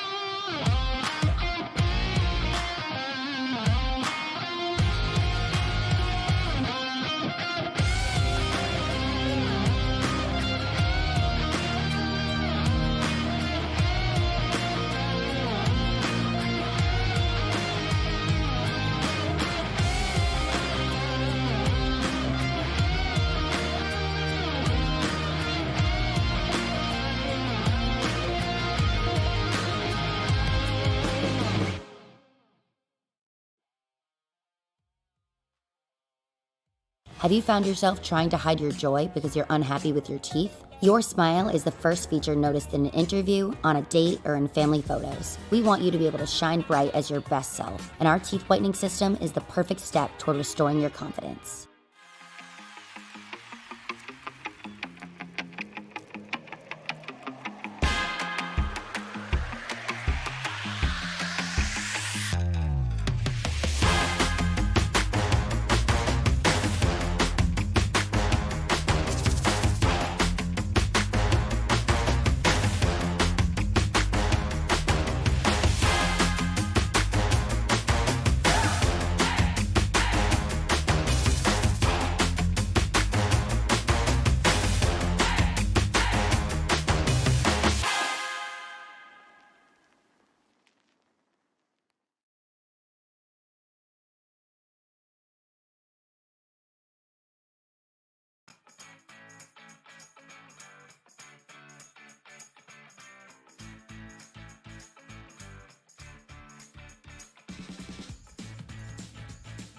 Welcome back, race fans, to the virtual New Hampshire Motor Speedway. We're on the post-race coverage here of the Outlaws Sim Series from Loudon, New Hampshire, the Magic Mile. We got second place finisher Max Service standing by with Ed Shearer. Max, the boys in the booth. You got a copy, my friend? Yeah, I got you. Oh, that was great, Max. Well, Hey man, I'm gonna make it as simple and sweet as possible. What did you need to catch that 91? Because apparently you didn't have it tonight. What did you need, Mike? I think the track temp was a little different from like when I did all my testing, or something, because there was just no fire off speed in that car. It just wasn't very good. So I lost like 2 seconds on the first run to him, and then after that we kind of stayed even for most of that, and then towards the end of that run started to fall off a little bit more again. I'm regretting not making a bigger adjustment in the right rear spring to tighten up that exit, because I was starting to lose the right rear, and that's why I was losing him there. And if I didn't run that first run out long enough, I probably would have been a lot closer. I don't think there was much passing him. He was really, really good, but and then at the end of the race, I caught the battle for what was going to be third, all like third through seventh, battling like crazy, and I was on pace to at least come within 10 seconds of the lead, and kind of just sat behind it for the rest of the race. Didn't really want to get involved, didn't want to kill the car, so it ended up being a 27-second gap or something like that instead of less than 10, which it was going to be. Yeah, well, you still had a good night overall. I mean, yeah, it's going to take a little bit of chunk out of your points lead, but you're still in the points lead anyways. And like you said, you did manage your gaps a little bit. Yes, there was moments and times where you were catching him by a lot, and we thought it was going to be close, but it's like he had that little bit of long run speed that you couldn't kind of mesh with, and he just kept pulling away from you and making that gap look increasingly difficult to catch. But next we go to a track like Michigan, where it's going to be, I feel like it's going to be a little bit more of a group pack racing. How do you feel about your chances going to Michigan next week? I feel okay, yes. I mean, I don't really know. We'll see when we get to Michigan if I can build a decent setup there. I felt like I had a really good one tonight, and I think it was starting to really come around to me at the end of the race there. I felt like I was a little bit better than them, but obviously just caught traffic, and by then the gap was too big to make up. But we'll go at it next week, see if we can build a decent piece, and I don't know, maybe we'll have something for them. Maybe I can win a race again. Well, Max, wasn't the hometown showing that you were hoping for? I know you wanted to get the win in front of your Canadian fan base and in New Hampshire and with all the Crown Royal fans out there and everything that you needed. But good luck in Michigan, man. We'll see you in Detroit. This is my home track, 13 hours away. Real close. Yeah, that's it. We talked to Andrew before. He said this is it. This was it. I think you just cut a little did you want to say something? I'm good. Oh, you're gonna hear about that later. Oh man. Well, that was second place finisher Max Series. But I know this driver is gonna be happy because he just got himself a podium. James Gillard, man, it's been a minute. I'm sure you are glad that you were able to finish off the job and get this podium tonight. How about it, man?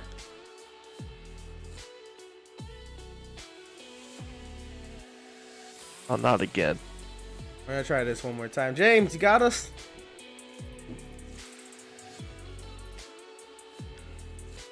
Eddie? Well, we'll go ahead. We'll try to get Eddie here in a second, but I'll go ahead and well, Ed, I'll give you the other driver you're supposed to interview. I'll give you Jacob Reeves, so you can get his side of the story. What happened there? Jacob Reeves, boys of the booth, you got a copy, my friend. Yes, sir, I do.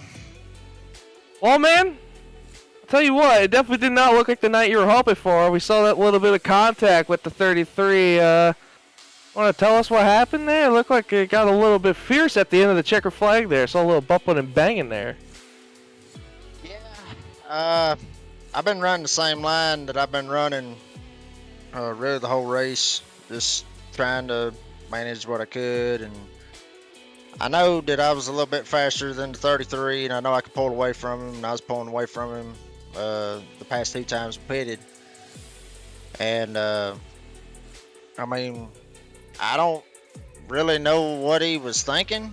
I'm sure he's probably going to have a different opinion about it. I'm sure he's going to say, you know, he said in the race chat that he didn't change anything. Well, I think what he did change was he didn't use the brake pedal. Because I just went and watched the replay of it, and he just drove it straight in there and just turned me sideways and knocked me out of the way, and then stayed on my door to where I couldn't control it, and ended up going straight up into the wall. So he's had a lot of run-ins with a lot of people this year, and I ain't gonna state, but I think it's gonna come back to him eventually. Oh, that was spicy. But Jacob, you definitely had a great run tonight. No matter what the finishing result shows you, you ran up in the top 5, top 3 all day today. Even drove up from where you started in 12th. It showed that Elite Performance Industries beautiful Camaro, what it's made out of, and showed that you had the speed. How do you feel about next week when we go to Michigan, where it's kind of like a super speedway, but not really at the same time? How do you feel about your chances going to Michigan next week?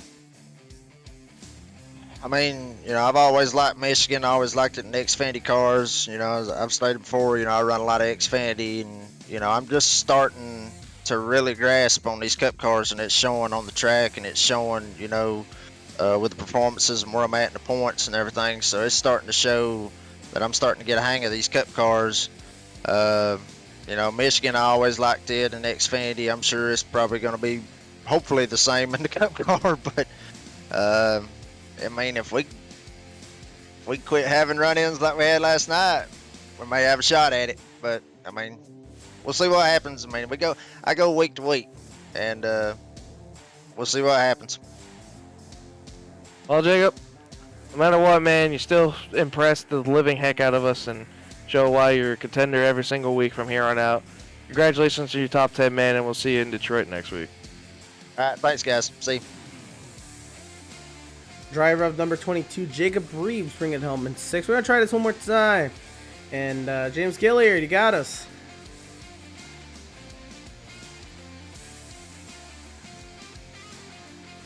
Eddie, you got a copy.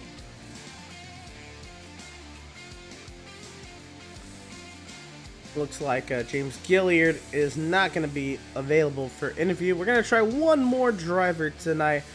Hopefully he doesn't mind getting pulled up here a little late, but driver finishing out in the top 5, Seth Fitzpatrick. Seth, what happened out there? It looked like a very fierce battle between yourself, the BMG boys, and Reeves and St. Cour. Looked like great battling. Oh yeah, it was fun racing. I was struggling to do everything I could do though, but for the most part it was all pretty fun. It says you started in 10th. You had to fight your way through the field a little bit, but you kept that 2 car very clean today and netted yourself a top 5 finish. How does that feel for you? You feel satisfied with that run, or is there a little bit more in that 2 car? What do you think? I'm satisfied with it, because I hate New Hampshire. I wish they'd fill it up with water and stock it with bass. I'm glad that one's over with. But I feel pretty accomplished. Well, we got a wild stretch of races coming up. We still got a Speedway, a 2-mile D-shaped oval at Michigan next week. But then after that, we got the dirt track at Eldora, the Super Speedway at Daytona, and the road course at Laguna Seca. I'm sure you're looking forward to Laguna Seca. But at that, what do you make of your chances next week? And what are you going to have to do next week as you set yourself up for 3 wild cards? I'm not real sure, to be honest. I don't really like this car on the bigger tracks that don't have a whole lot of tire wear, which I'm sure that's what Michigan will be. But it could be different. I don't know. But I think you're definitely going to have to be able to handle good behind other cars, so you will be able to pass. Because I feel like it's going to be very, very hard to pass next week. Right on. Well, we shall see then. We want to thank you for your time, Seth, and congratulate you on your top 5 finish, because it looked like a lot of fun and a hard-fought battle there. Congratulations on making it to the end, getting that top 5. Best luck to you next week at Michigan. Thank y'all. Driver of the number 2, Seth Fitzpatrick, bringing home in the top 5. And you know what I completely forgot before our post-race break to go through our post-race results. No worries, we'll go ahead and we'll do it now. Take a look at the research zone that, well, we didn't really get to use tonight. We'll give it Andrew's restart zone camera a little love tonight. Jonathan Jennings started on pole with 206 laps. Brought home as the winner. It's simple as that. Max Service, last car to lead lap. He finished 27 seconds back. Let's be real. He's probably going to move 9 or 10 seconds back in the leader. But you heard it there in his interview. He didn't want to get caught up in that battle for third. Max Service, the second car in the lead lap. Last car in the lead lap. And in third place finisher James Gilliam, first car 1 lap down. Brad Bothwell brought it home in fourth. Third, 1 lap down. Seth Fitzpatrick, 5th, 1 lap down. Jacob Reeves, 6th, 1 lap down. Andrew St. Cor, 7th, 1 lap down. I didn't even realize that. That entire battle for third, Ed, they were all the same lap. And they had 2 laps over the next car. In 8th, which was Daniel Molnix. Jeremiah Sussman brings it home in 9th. And it's Matt Rogers rounding out the top 10. Yeah, it just shows that kind of gap that these guys pulled on everybody. In 11th, we had Adam Gardner, 4 laps down. 12.67 of Doug Solms, 5 laps down, along with Adrian Schumacher in the A2, who finished 13th. 14th, Mike Petrin, 8 laps down. 15th, Scott Bailey, 33 laps down. 16th, Derek Murchie, 121 laps down, who called it early. 17th, Devin Smith in the 95, 188 laps down, who also called it out early. 18th, Tyler Marco after an incident on the back straightaway with Seth Fitzpatrick, finishes 202 laps down. 19th, Seth Berger, the second place in points, who had a start and park tonight, 213 laps down. Also start and parking John Mickey in 20th. And that is the 19 drivers that started. John Mickey, he showed up, but did not take the green flag. Seth Berger did start and park to make sure he got those points. I'd imagine something came up late there for Seth Berger. But with that being said, I think that's going to do it for us tonight here at New Hampshire. But there's still so much more coming up for us on Pit Stop TV. Couple great road races starting tomorrow. Circuit of the Americas hosting the North American Racing League Porsche Cup Series Season 2, round number 2 from Austin, Texas. Again, Ed mentioned it earlier. Monday night, we broadcasted a 90-minute season finale in GT3 cars of the Lone Star Racing GT3 Series. Circuit of the Americas, it is a fantastic track for sports car racing. And tomorrow, the Porsche Cup cars shall not disappoint. 8:30 p.m. Eastern. Catch the amateur race up first, then the 50-minute Pro-Am race after that. Sunday night, we're back covering the MPI Cup Series action at Road America, Elkhart Lake, Wisconsin's big 4.048-mile road course. Absolutely one of my favorite road courses on the NASCAR schedule. I'm so glad it's hosting a cup race now because it's going to be fantastic Sunday night at 9 p.m. Eastern. And we'll be back in action next Wednesday night from Motortown with the Michigan International Speedway round number 18 of the Outlaws Sim Series season, 7:30 p.m. Eastern. You won't want to miss it. Ed, again, I know we talked about it earlier, but a great slate of races we got coming up. Yeah, I mean, Circuit of the Americas for the North American Racing League. I mean, you and me are going to be there Sunday night watching those MPI Cup Series guys at Road America with Andrew possibly. And then we're back at it next Wednesday in Michigan. But catch all the action from Thursday, Sunday, and next Wednesday possibly on social media. Facebook.com/pitstoptv, Instagram.com/pit_stop_TV, Twitter.com/pitstoptv_, or YouTube.com/C/pitstoptv1, or you can catch this on Twitch, as some of you may be already, at twitch.tv/pit_stop_TV. Well, beautiful. I mean, it's going to do it for us from the Granite State. We're happy to have had you all here and tuning in and joining us for tonight's action, and we hope you enjoyed tonight's broadcast. For all Pit Stop TV, Ed Shearer beside me on the mic, I am Emerson Arden. Thank you all for tuning in. We'll see you tomorrow night for the North American Racing League Porsche Cup Season 2, Round 2 action from Circuit of the Americas in Austin, Texas. Or see you next Wednesday night for Outlaws Sim Series action from the big, bad Michigan Speedway. Till then, y'all stay safe. Have a good night, everyone.